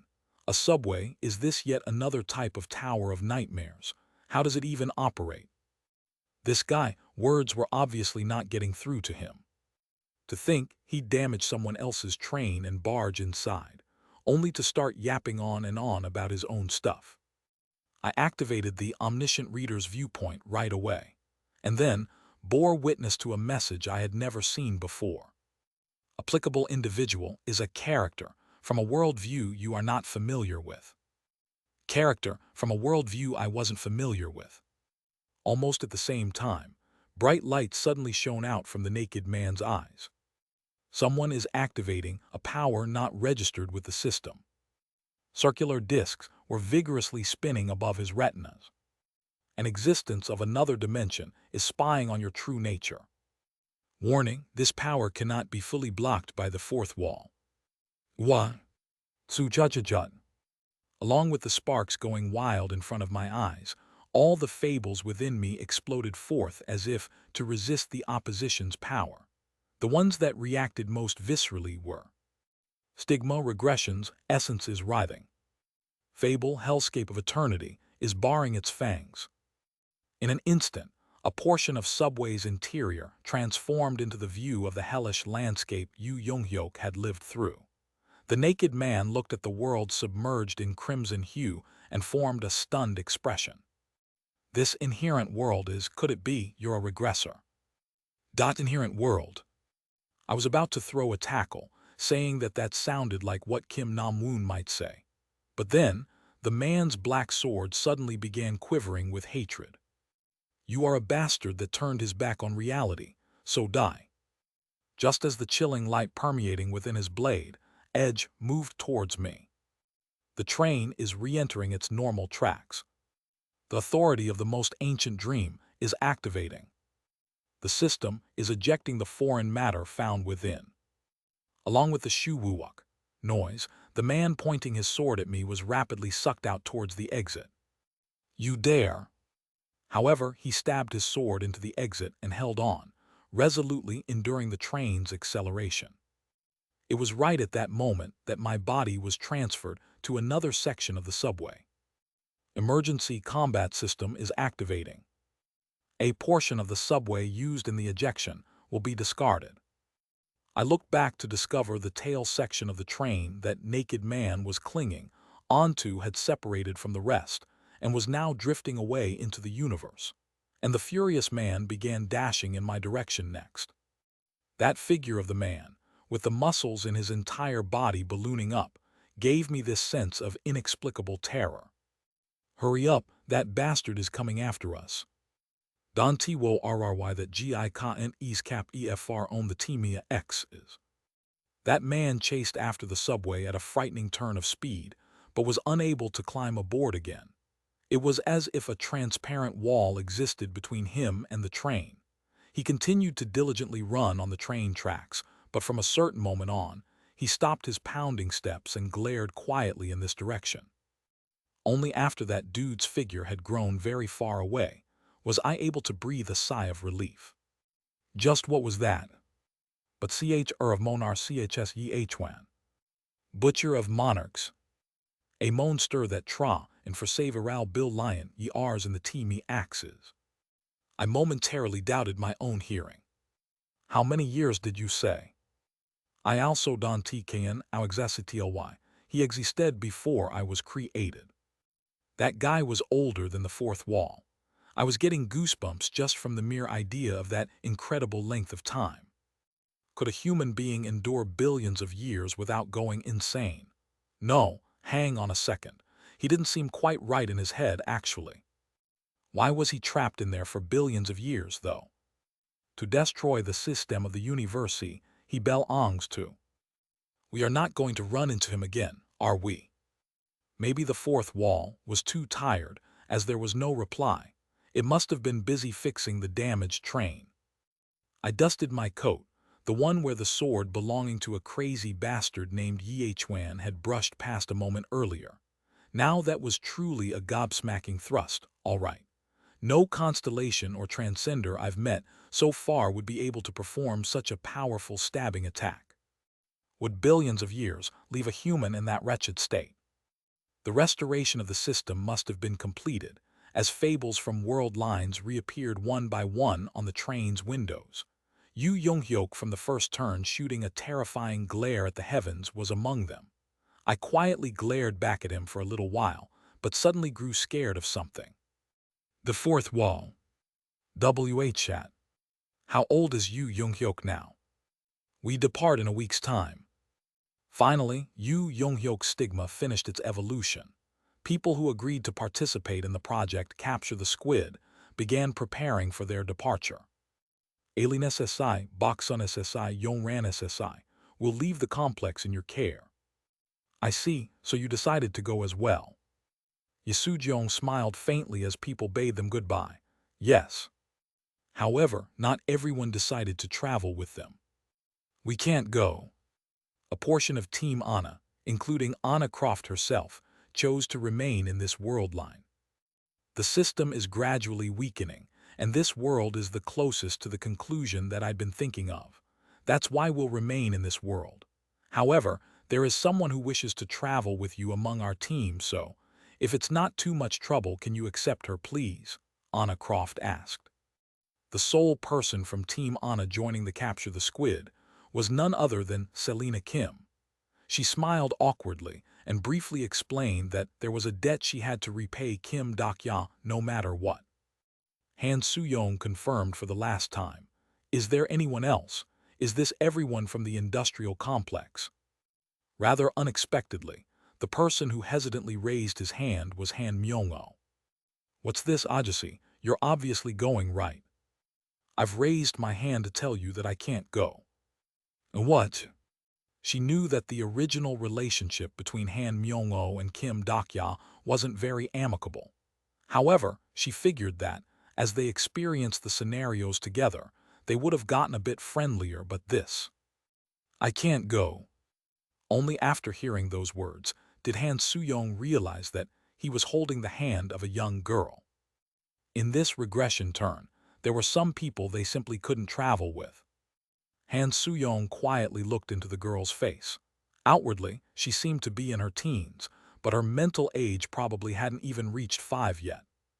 Children who were born after the scenarios began couldn't accompany them during the regression, because this child at least didn't exist back at the beginning. Han Soo-young shifted her gaze over to Han Myung-oh's aged face before opening her mouth. "Got it. Ajasi, you can stay. I'll leave Dakya Sasai in your hands. You worry about yourself first, and since you're going to stay behind, take care of the complex's matters too. You will run into a shortage of manpower after we leave. If I catch you playing video games in some dark corner somewhere, I'm gonna jump across the world lines and kick your ass, got that?" It was then multiple vehicles rushed in from the distance. Waves of crowd jumped out of their black sedans and hurriedly crashed in like the incoming tide. "Representative Han Soo-young, please grant us an interview." Han Soo-young frowned deeply. "Is it true that you're planning a mass regression along with the regressor?" The display panel in the plaza was broadcasting her face in real time. The unmistakable letters "Live" were stuck on the corner of the broadcast, too. Her mask was already being shown to the rest of the country without her consent. "We know that Representative Kim Dok-yeon places importance on the current reality above all else. In that case, why did you make that kind of a decision? What will happen to this world line? Are you saying you'll abandon this world?" Han Soo-young chuckled bitterly at these reporters attacking her as if she was the history's worst betrayer or some such. "Abandoning this world? Are we really? You think we own this world or something? Representative Nim, you have a duty to this world. Does this world still need us anyway, when the scenarios are over and done with?" Right in that moment, the expressions on the reporters transformed. Their camera lenses shone brightly as if they caught the scent of a scoop and began capturing Han Soo-young's face even closer. She confirmed her visage on the display panel and continued on. "What will change if we stay here? You lot will simply come up with weird laws to try and control us. You think we don't know about Dong-hoon doing his absolute best to block the legislation from being passed in the National Assembly? You people don't need us anymore. No, you fear us instead. However, we don't know when the scenarios will begin again. What if Dakibus reappear in the world?" Han Soo-young grinned refreshingly. Since things had come down to this, she figured that this was for the better. "Did you mean someone like her, right?" Something resembling a huge hot air balloon was floating in the location she was looking at. Reporters, realizing the identity of that mysterious thing, all screamed out in sheer terror. "I am Bu, the Dakibai king of this world line." She sounded so forceful, as if the scenarios were starting again, reminding them of the starting point of the terror that brought forth the destruction of this world. Bu began chuckling, as if she knew all about their fears. "Those that were born will eventually be destroyed. However, this planet will be fine. As long as there is no nuclear warfare, it'll last for tens of thousands of years without a problem. Well, you'll still have to occasionally dodge a few wayward asteroids that might come flying in your way, though." Having heard what the Dakibai was saying, the eyes of the reporters all went round from stupefaction. Unfortunately, the real thing hadn't been said yet. "Your main scenario has indeed ended. However, I still have the authority to issue sub-scenarios." The complexions of the reporters grew deathly pale from the term sub-scenario. "I'll run away, that Dakibai it's going to." And then a message popped up before their eyes. "A ni black square W sub-sen black square aereo has R black square ived." The message window wasn't clear, perhaps due to the collapse of the Bureau. Even then, it wasn't hard to read its contents. You aren't forced to participate in this scenario. Only those who wish to will be accepted, and only the qualified volunteers will go through the careful screening. Applicable sub-scenario is for voluntary participation. Because Starstream has been destroyed, I don't have any rewards to give you. However, if you help out Kim Dokya Company. BU was smiling, as if she was satisfied by her own appearance as seen in the display panel. At the very least, you'll get to relive those moments you've always regretted about. And another week passed by since then. Sub-scenario, Capture the Squid, has a new volunteer. The people who managed to survive until the end of the scenarios. These people who had lost something precious to them had been gathering in Seoul one by one. Yu Young-hyuk stared at the incoming waves of people and frowned deeply. There are too many. This might get a little difficult. We gotta take as many as we can. That's the only way to save lots of people. There seemed to be over 500 volunteers even at a casual glance. The members of Kim Dokya Company carefully interviewed them, and through the analysis of the regression turn, they identified those with reasons for disqualification. Yu Young-hyuk and Han Soo-young then specially focused on training them, and had them familiarized with all the necessary skills.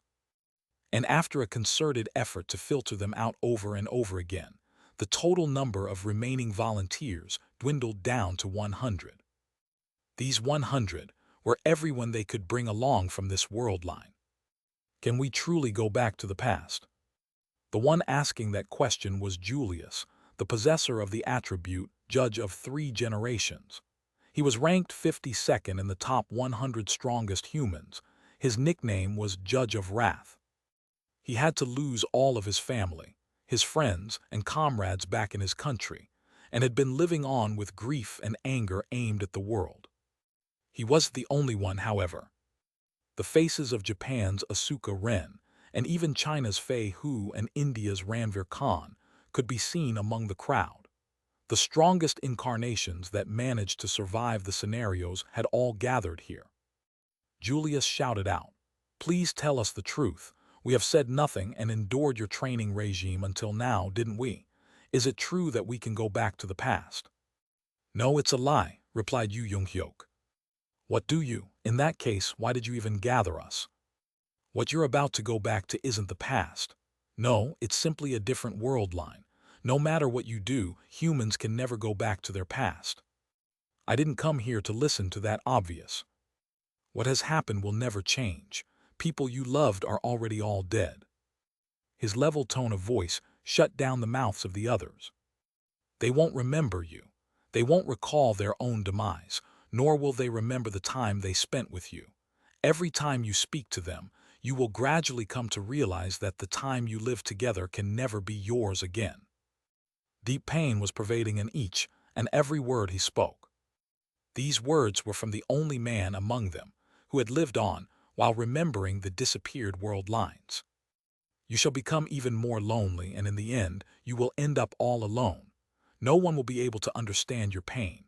And rather than understanding your pain, the world will start calling you a regressor and curse you for stealing someone else's future instead.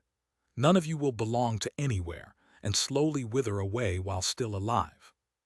This was the curse of the regression. Even then, will you still choose to regress? And this was also the final test to become a regressor. People who came here to become exactly that began exchanging glances. Some were scared off by the intimidation and stepped back, while some others, those that had been steeling themselves to what's to come, started taking deep breaths. And then, someone slowly stepped forward. It was Asuka Ren, the Japanese who fought together with Kim Dokya Company back in the Peaceland. Also, someone who lost more comrades than anyone here. "I know that no matter what I do, it still won't bring back all those that I've lost. However, if I regress..." She gripped her katana tightly, raised her head, and spoke up. "At a bare minimum, I might be able to save that world line." And then, people began standing next to her one by one. "I don't care if my pain is meaningless, even if everything was an illusion.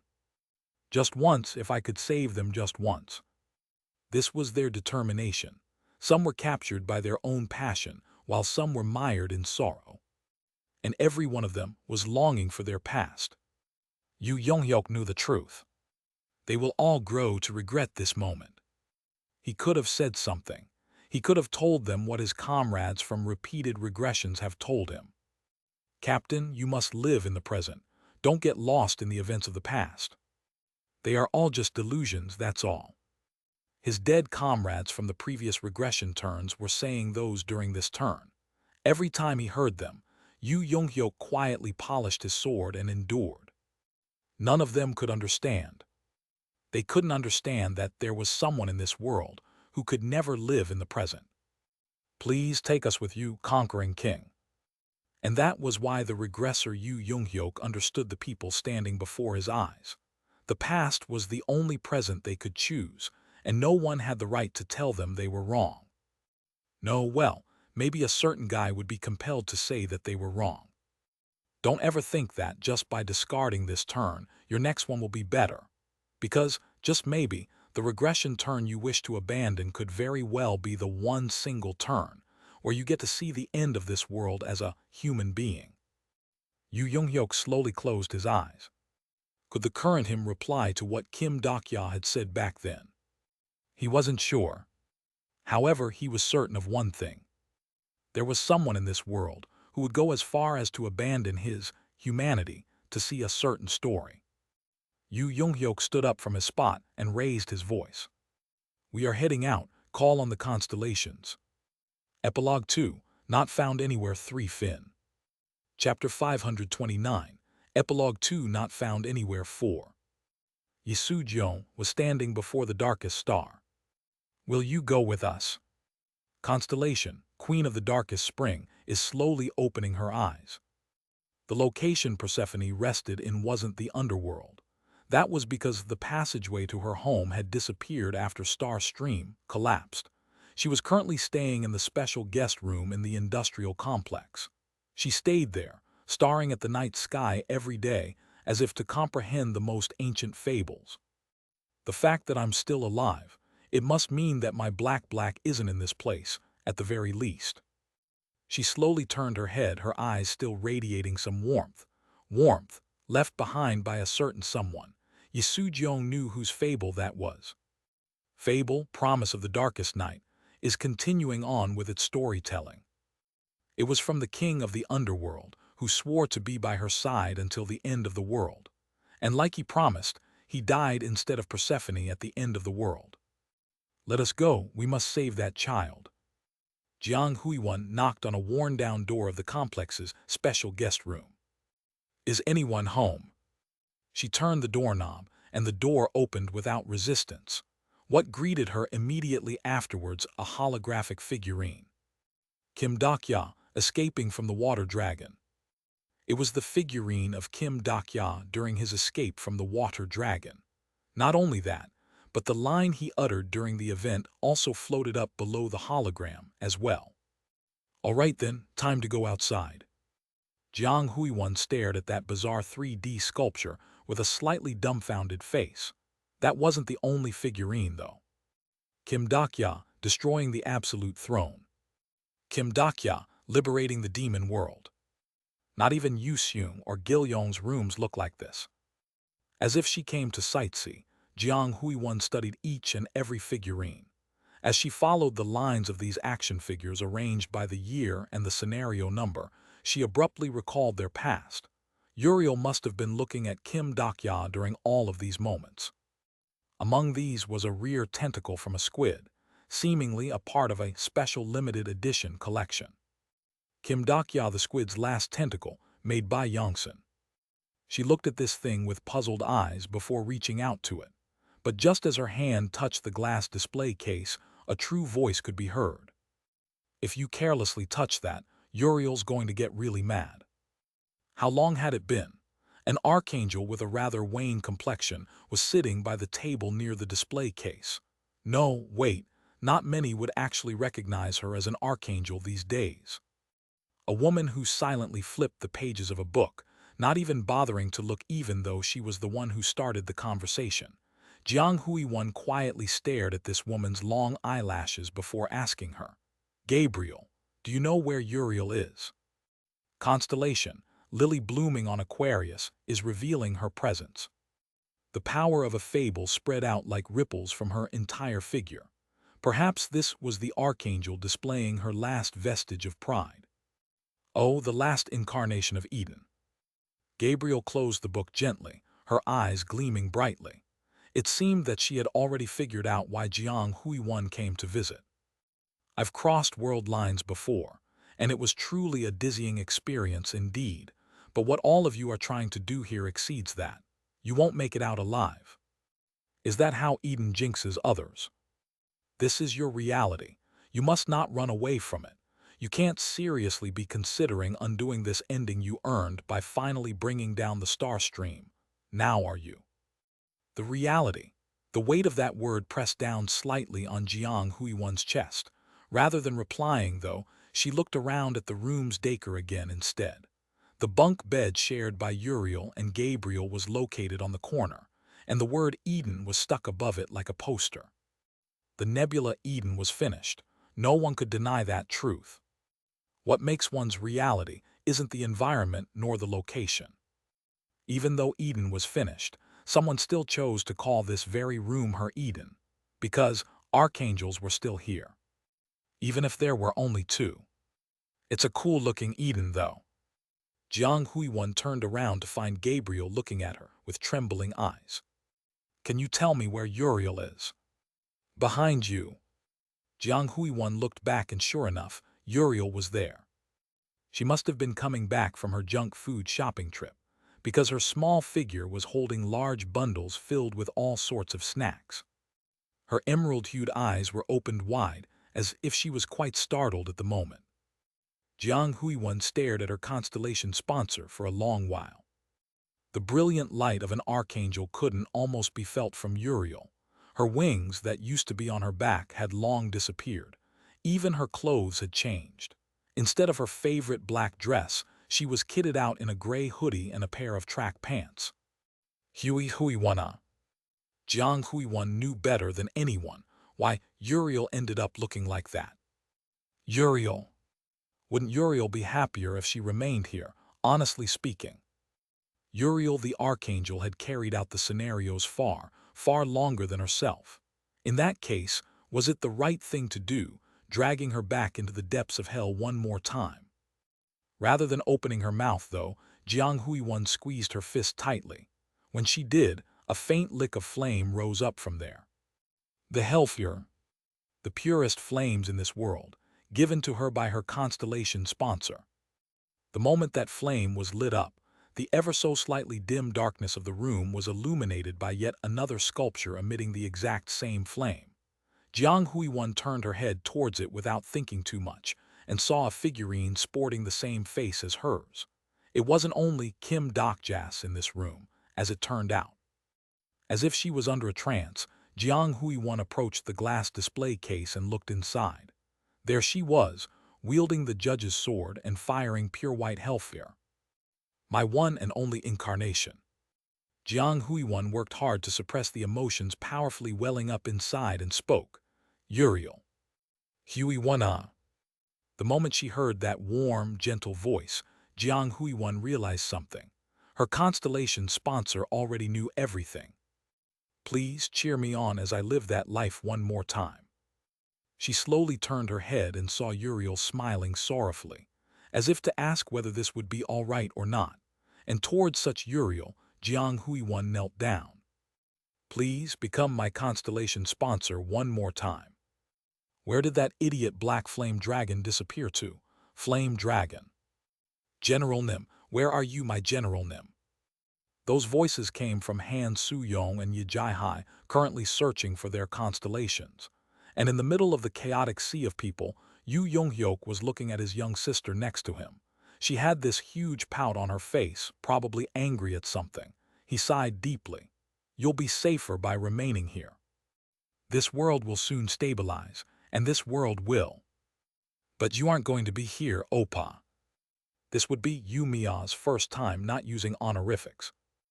Yu Younghyuk was about to reply to that, but changed what he wanted to say at the last second. We will return. When? After we get through to the end of the other world line, and after we rescue Kim Dokya. And when will that be? Yu Younghyuk couldn't answer. It'll be too dangerous. I can't take you there. Liar. A faint trace of the transcendental aura leaked out from Yu Mia's figure. That was unmistakably the status of a transcender. Rather surprisingly, Yu Mia had awakened the first stage of the transcender after training only for the past few months. She was the youngest transcender in history, which was truly a shocking level of talent. If you were going to say that now, why didn't you stop me from training? I received the same training as Gilyong Oppa and Yuseung Eoni, did I? Please be honest with me, Oppa. Yu Younghyuk looked into the girl's eyes that showed not a hint of wavering, and slowly closed his. They came up with a plan so that no one would be lost, and it was far more foolproof and perfect than any other. However, variables always had a way of rearing their heads without warning, and Yu Mia, she could potentially fall into danger. Yu Younghyuk lowered his gaze, got down on his knees slightly, and looked straight at Yu Mia. I'd like you to come with us. That was the reply she wanted to hear. Her small hand patted him on the head. As soon as you regress, our comrades will rush to fetch you. You'd all have died without me during the capture the flag battles anyway. After saying that, Yu Mia opened her mouth wide. Yu Younghyuk peered deep inside her mouth and was about to say something with a deep frown on his face. But then, hey, we found them all. Han Soo-young, performing a deadly headlock on the black flame dragon, was walking over there while waving her hand. And behind her, Yi Jai-hai clinging onto the arms of the maritime war god, and Goryeo's #1 swordsman could be seen. Yu Younghyuk frowned at them instead. And where is the monkey? Han Soo-young wordlessly pointed with her chin. Constellation, most ancient liberator, is currently acting self-important. Yu Younghyuk narrowed his eyes and looked up in the air. The smirking great sage was floating up there. When did you arrive?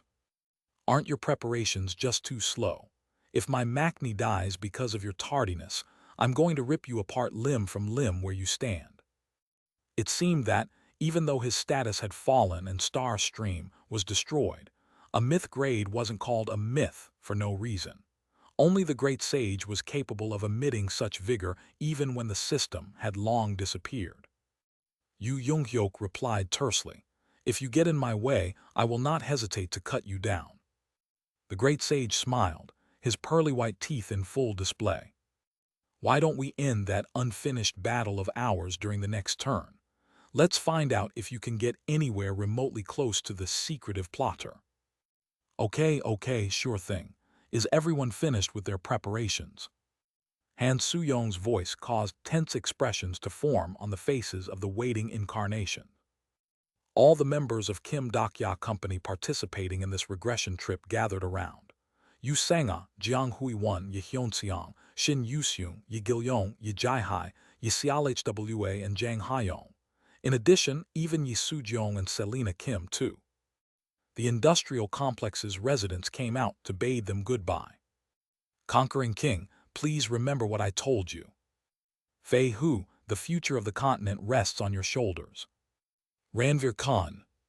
And among the crowd, a small dakibai was floating in the air. Biyu. Shin Yuseung reached out even without realizing it.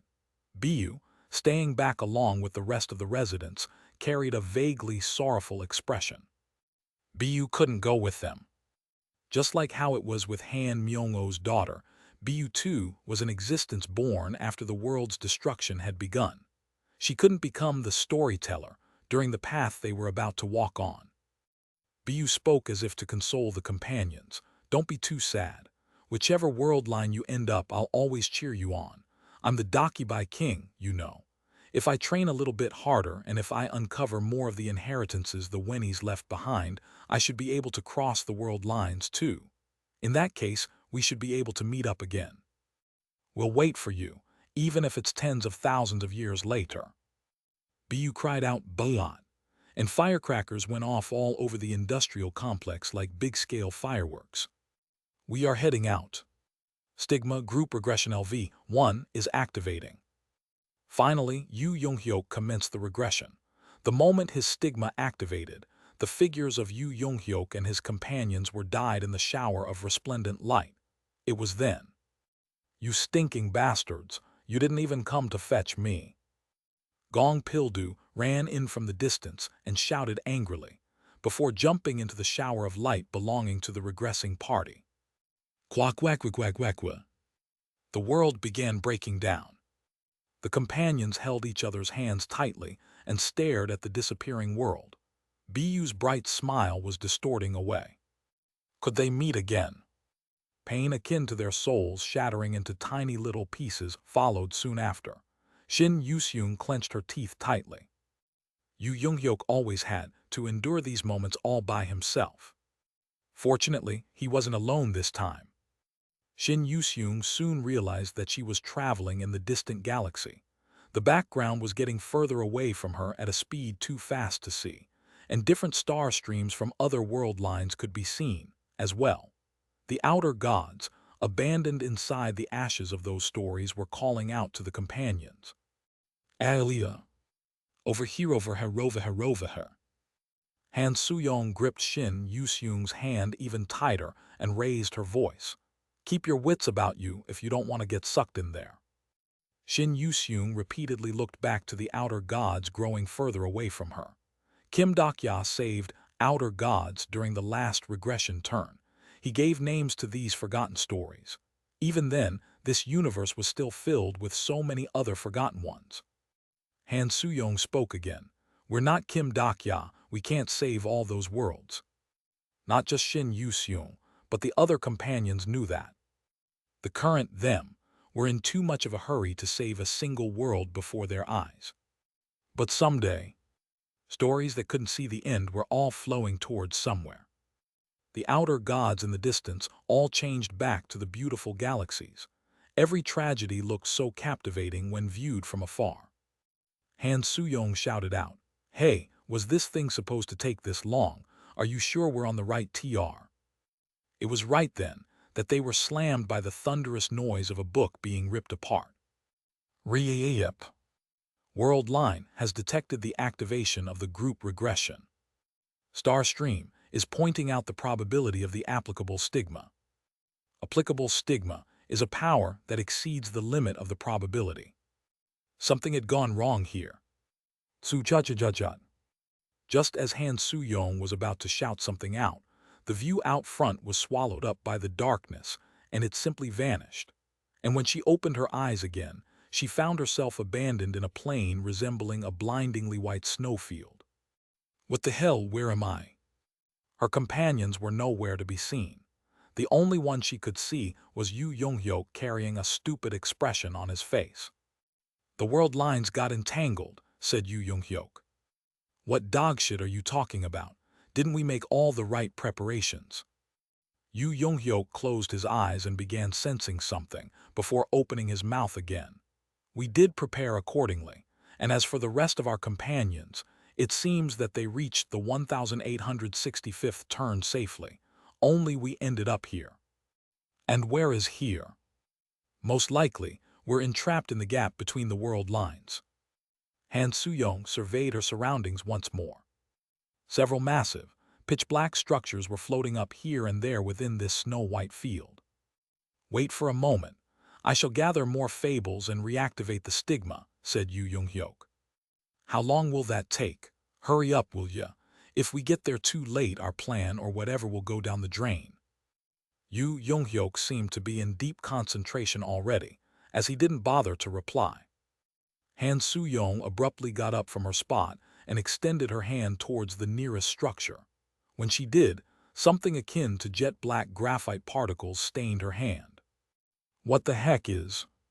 And right next moment, the overall shape of the structure was drawn out inside her mind. Hangul Komyemenus. She was sure of it. This structure, it was shaped like this, and as for that other structure just beyond her. Hangul Koainus. Slowly, so very slowly, a creeping chill ran down her spine. She began reading the structures one by one, and each one soon became a single phrase. The Omniscient Reader's Viewpoint. Epilogue 2, Not Found Anywhere 4 Fin. Chapter 530, Epilogue 2 Not Found Anywhere 5. The Omniscient Reader's Viewpoint. Han Soo-young narrowed her eyes after seeing that phrase. Isn't that the name of Kim Dok-ya's skill? Why would such a thing be engraved in the gap between the world lines? The words continued on. This was inevitable, I thought, and the reason why I accepted Mother's actions also had to be this, as well. The reason why I inexplicably started writing an S. The reason why I had to become a son of a murderer. These words were moving towards a certain direction at a constant speed. These sentences were fluently stretching from the past towards the future. It was then Han Soo-young came to realize something. The regression was an act of branching out to a new world line from a certain point onwards, while going backwards in the current world line. So what would happen if they get stuck in this type of gap while going back in the world line? If that's what really happened, then this point in time where such sentences could be read must be. Hey Yu Young-hyuk this. When she looked back, she realized that Yu Young-hyuk too was looking at something else. Boom kaboom. The snowfield rumbled. Someone was pounding on the gap of the world lines they were stuck in. Spit her out, I said, spit her out now. Kim Dok-ya was crying. This situation, could it be? I began crazily pounding on the wall. I was overcome with goosebumps. To think that everything would become stories. To think every action we took and every word we spoke would become scenarios and morph into sentences above the wall. Shut up, this is how I feel. She couldn't see his face, but Han Soo-young could tell just by reading these sentences. Kim Dok-ya was responsible for these words. Kim Dok-ya was fighting somewhere, within the past of the third turn of the ways of survival. Kim Dok-ya wanted to know, what should he do? What should he do to break this wall down? Could this be the price for reading the ways of survival? Did my own reality become a novel because I read that novel? When Han Soo-young read those sentences, she became sure of it. This is back then during the Dark Castle, said Han Soo-young. The Dark Castle. This event happened right after Kim Dok-ya fought against the Devourer of the Dream. He told me about it some time ago. He got trapped inside his own skill, and just before they reached the final scenario, Han Soo-young got a chance to talk to Kim Dok-ya for the entire night. It was to discuss their plan moving forward, but also to talk about the matters of the past, as well. They thought that some stuff they didn't manage to resolve could potentially serve as clues for the future. Now that I think about it, something did feel off back then. Someone called out to me, but if it weren't for that voice, I might have ended up in some serious trouble in that place. Hey Kim Dok-ya. Han Soo-young, stop wasting your time. This is nothing more than recorded history. The gap must exist as a gap. Only then would the rest exist not as gaps. However, the fact that sentences could be found in a place like this, didn't that mean there were still stories they haven't read yet? Han Soo-young reached out towards the huge letters again. The pitch-black particles stained her hand this time as well. But they weren't the graphite particles. No, they were very small and really fine black particles made out of ones and zeros. Han Soo-young gripped the word even harder than before. If this was the recorded story, then couldn't it be possible to change the record somehow? A new fable of incarnation. Han Soo-young is waking up. Su-cha-cha-cha-cha. An incredible shower of sparks exploded and began attacking her whole body. It was as if every sentence existing in the world was glaring at her. Yu Young-hyuk cried out, "You fool, now isn't the fable revision specialist has begun its storytelling." Su-cha-cha-cha-cha.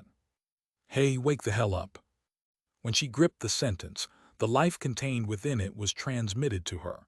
It was Kim Dok-ya's life. His life lived for the purpose of writing this sentence on the final wall. Han Soo-young shouted at Kim Dok-ya, currently wrestling against the fourth wall. This is your skill. Don't get swallowed up by your own skill. As if she was trying to revise the recorded sentence, She grabbed onto the entirety of that sentence and shook it hard. Maybe she was wrong on this one. Kim Dok-ya might be able to get through this danger all by himself, and her voice might never reach him. Even then, Han Soo-young still left behind her own sentence on top of the wall. Su-cha-cha-cha-cha. Because maybe, just maybe, someone beyond the wall might get to hear her. Han Soo-young, the regression is starting again. Shut up, hey you two, hurry up and say something. Han Soo-young's and Yoo Young-hyuk's figures began scattering away again under the bright rays of light. Before completely disappearing, though, the frowning Yoo Young-hyuk did say something. Cancel your skill, Kim Dok-ya. Yoo Sang-ah blinked her eyes in a daze. Faint rays of light were surrounding her. A monitor in front seemed to sway unsteadily. It currently displayed the personnel records she was browsing just now. La. It didn't feel real to her. She blinked again and felt the sensations picked up by her weak, frail body. This was the body of an incarnation, unfettered by the blessings of the system that also had lost the powers of skills and stigmata. These were the sensations of a human being. She really did come back. The things she needed to do popped up in her head one by one. First, confirm the starting point of her regression. Attempt communication with the other companions through the emergency contact lines. And then, she suddenly shot up from her seat, causing many gazes to land on her next. She recalled old, familiar names one by one, such as Deputy Kim Min-woo, the section chief Jang Yoon-yong, and Haha, so what do you think about the HR team? Sang-ah SSI, do you like it here? The man walking towards her with a bit of an attitude as if to pick a fight with her, that was the executive director Kang Yong-hyun, and the person subserviently following after him, the head of the finance department, Han Myung-oh.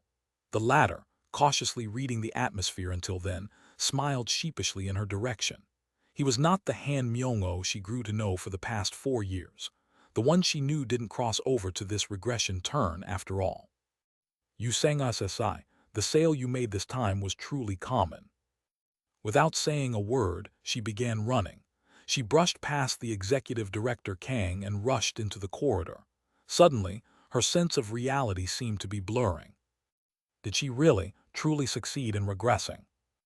The view of the world that used to be so familiar went past her.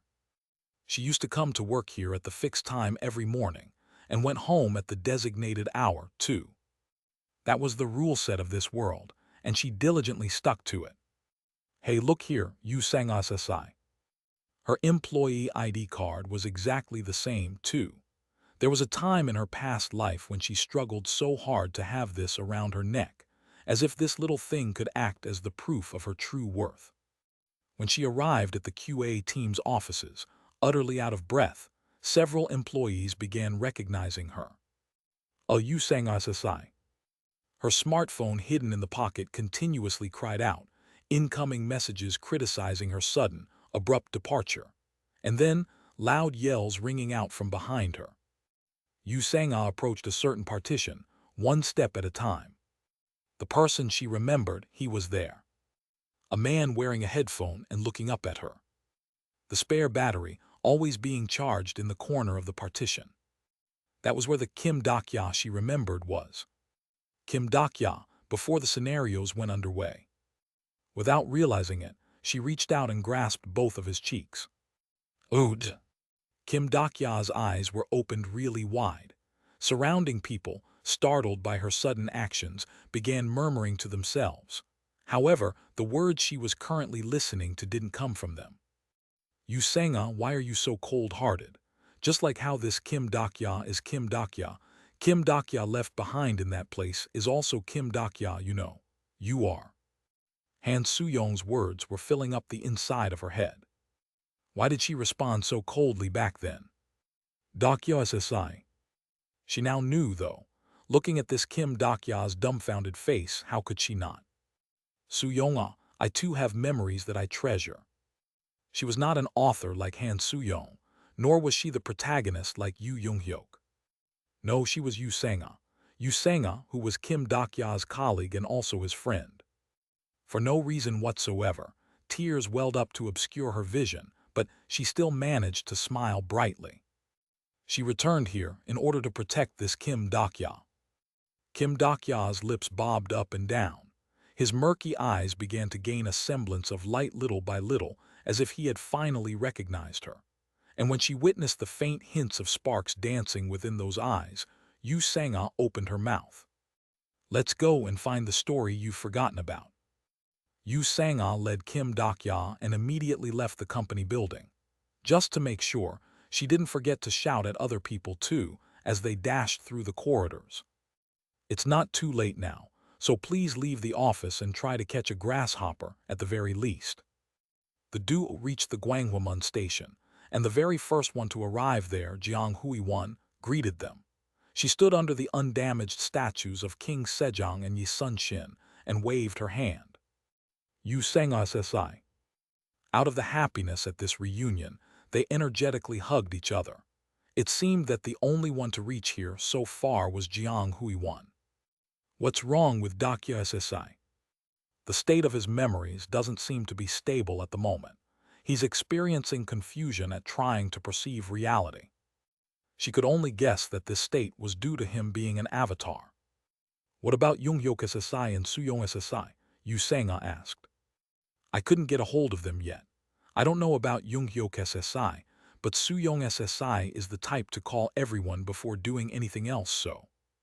It was already several hours since they successfully regressed. Those two might even go as far as to borrow phones to contact the others.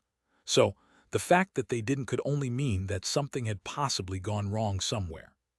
"What about the others?" "Gilyongi is currently in the countryside, while Yuseungi and Jaihai said they might be a little late getting here. As for Hyunseong SSI." Pant, Hyuwon SSI Sangha SSI."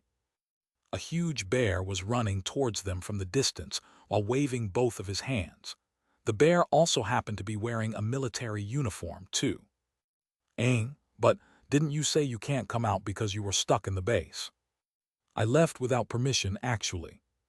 "Is it okay to do that?" "The world is about to be destroyed, so it won't matter anyway. There is still some time left until then to say about two, you know." While saying that, Jiang Hui-1 showed everyone her phone screen displaying the timetable. D28 until the start of the scenario. Yi Hyunseong formed a serious expression. "Didn't we aim to regress to the day before the beginning of the scenarios? This is for the better, I think. We got ourselves more time to prepare, so we might be able to save more people this way." VRRR. People began showing up in the chat room they agreed to join before disembarking. Jiang Hui-1 used the translation app to read the incoming messages. "China's Fei who has arrived safely. Plenty of fine dust, though. Ranveer Khan of India, I have arrived no problem, along with the nostalgic smell, too. This is Asuka Ren from Japan. I see the familiar ceiling. No problem here so far. Omega." The past world line's 100 strongest incarnations, having successfully regressed, were now gathering in one place. The companions, looking at each other, nodded their heads simultaneously. "Let's start with the operation." D21. Arrest warrant has been issued for Lieutenant Yi, suspected of stealing a large cache of firearms from the military base. The sudden propagation of apocalypse theory in the internet recently has caused some experts to. D14. The apocalypse theory, expected to fizzle out as a passing fad, still shows no signs of abating after 2 weeks. The apocalyptist, Selena Kim, urges people to prepare supplies for the sudden upheaval that will happen in 2 weeks' time. Several famous individuals from the world of finance have sympathized with the apocalypse theory, causing the public to criticize. D7. Many ampules containing microbes earmarked for research have been stolen from a prominent pharmaceutical company. Recently, the frog egg collection craze has swept across children in their teens. D1. Finally, only 1 day remains until the day of the apocalypse, as prophesied by the apocalyptist Selena Kim. And D-Day. YCLHWA looked at the small ampule gripped in her hand. Living insects or their eggs have been put inside the ampules. To save as many people as possible, we even spread the locations of the hidden emergency ampules in the internet, too. And now, time to pray for some good luck. 4 hours before the apocalypse. New Delhi, India, preparations are complete. Beijing, China, preparations are complete here as well. Washington, USA, we're also ready. 1 hour before the apocalypse. Seoul, South Korea, preparations complete. 10 minutes before the apocalypse. Team Shin, Yu-seung, and Yi-gil-yong finished with the deployment to the 3rd subway line's location. Currently at the Apgujeong stations, platform for the 3rd subway line. While listening to the sounds of subway train rumbling in closer, Shin Yu-seung suddenly opened her mouth. It's going to work, right? Of course. How many frog eggs do you have on you? 102. What about you? 524. Shin Yu-seung furrowed her brows and glared at Yi-gil-yong's pet bottle. Hey you, if you hog that many for yourself, what about other people? Arg, they are all carrying ampules with them, so it'll be fine. If I'm to become stronger than that sooty bastard, I gotta start really rich this time around. With this, It was right then. Someone snatched the pet bottle off Yi-gil-yong's hands. The boy jumped in shock and quickly looked back to spot a familiar man standing there. It's you, sooty bastard. Jung-hyuk Ajasi, when did you arrive? Just now. A problem occurred with the stigma and that delayed us. Jung-hyuk panted heavily and wiped the sweat off his forehead while tucking the pet bottle inside his jacket. What about Kim Dokya? He asked. CLHWA Iani is with him because of his poor condition. Maybe because the scenario hasn't started yet. He was fine for a little while, but he's unconscious again. And the preparations for the operation. It's all finished. Rather than starting a lengthy explanation, Shin Yu-seung simply handed a spare smartphone to Yu Jung-hyuk instead. In the meantime, Yi-gil-yong grumbling away pulled out yet another pet bottle. HMPH. I knew you, steal mine, so I prepared another one earlier. 6:55 p.m. Another subway was approaching them from the distance. All 3 of them climbed aboard the train. This subway of the 3rd line smelled exactly the same as before. A peaceful sight of not one person worrying about the impending apocalypse unfolded before their eyes. While looking at the darkness of the tunnel streaming by them, Yi-gil-yong abruptly muttered to himself. By the way, will the scenarios really start? With a slightly unsure expression, he sneaked a glance in Yu Jung-hyuk's direction. During the past 28 days, the boy had been preparing for the apocalypse harder than anyone else. Somewhat ironically, though, he was now worried about the apocalypse not happening at all. Yu Jung-hyuk addressed the fretting boy. It'll begin. It did so for the past 1864 times after all. Those were the words coming from the man who waited for the apocalypse for a very long time. He didn't say anything else and quietly peered at his watch. 3 minutes, 2 minutes, 1 minute, and finally, 7:00 p.m. Along with the loud screech, the subway came to a sudden and immediate stop. The commuters all screamed in panic as a sudden bout of darkness visited them. And within this scene of utter pandemonium, only 3 people were carrying relieved expressions. As if to illuminate this pitch-black darkness, Yu Jung-hyuk's voice resounded out. The operation Capture the Squid will now commence. Epilogue 2, Not Found Anywhere 5 Fin.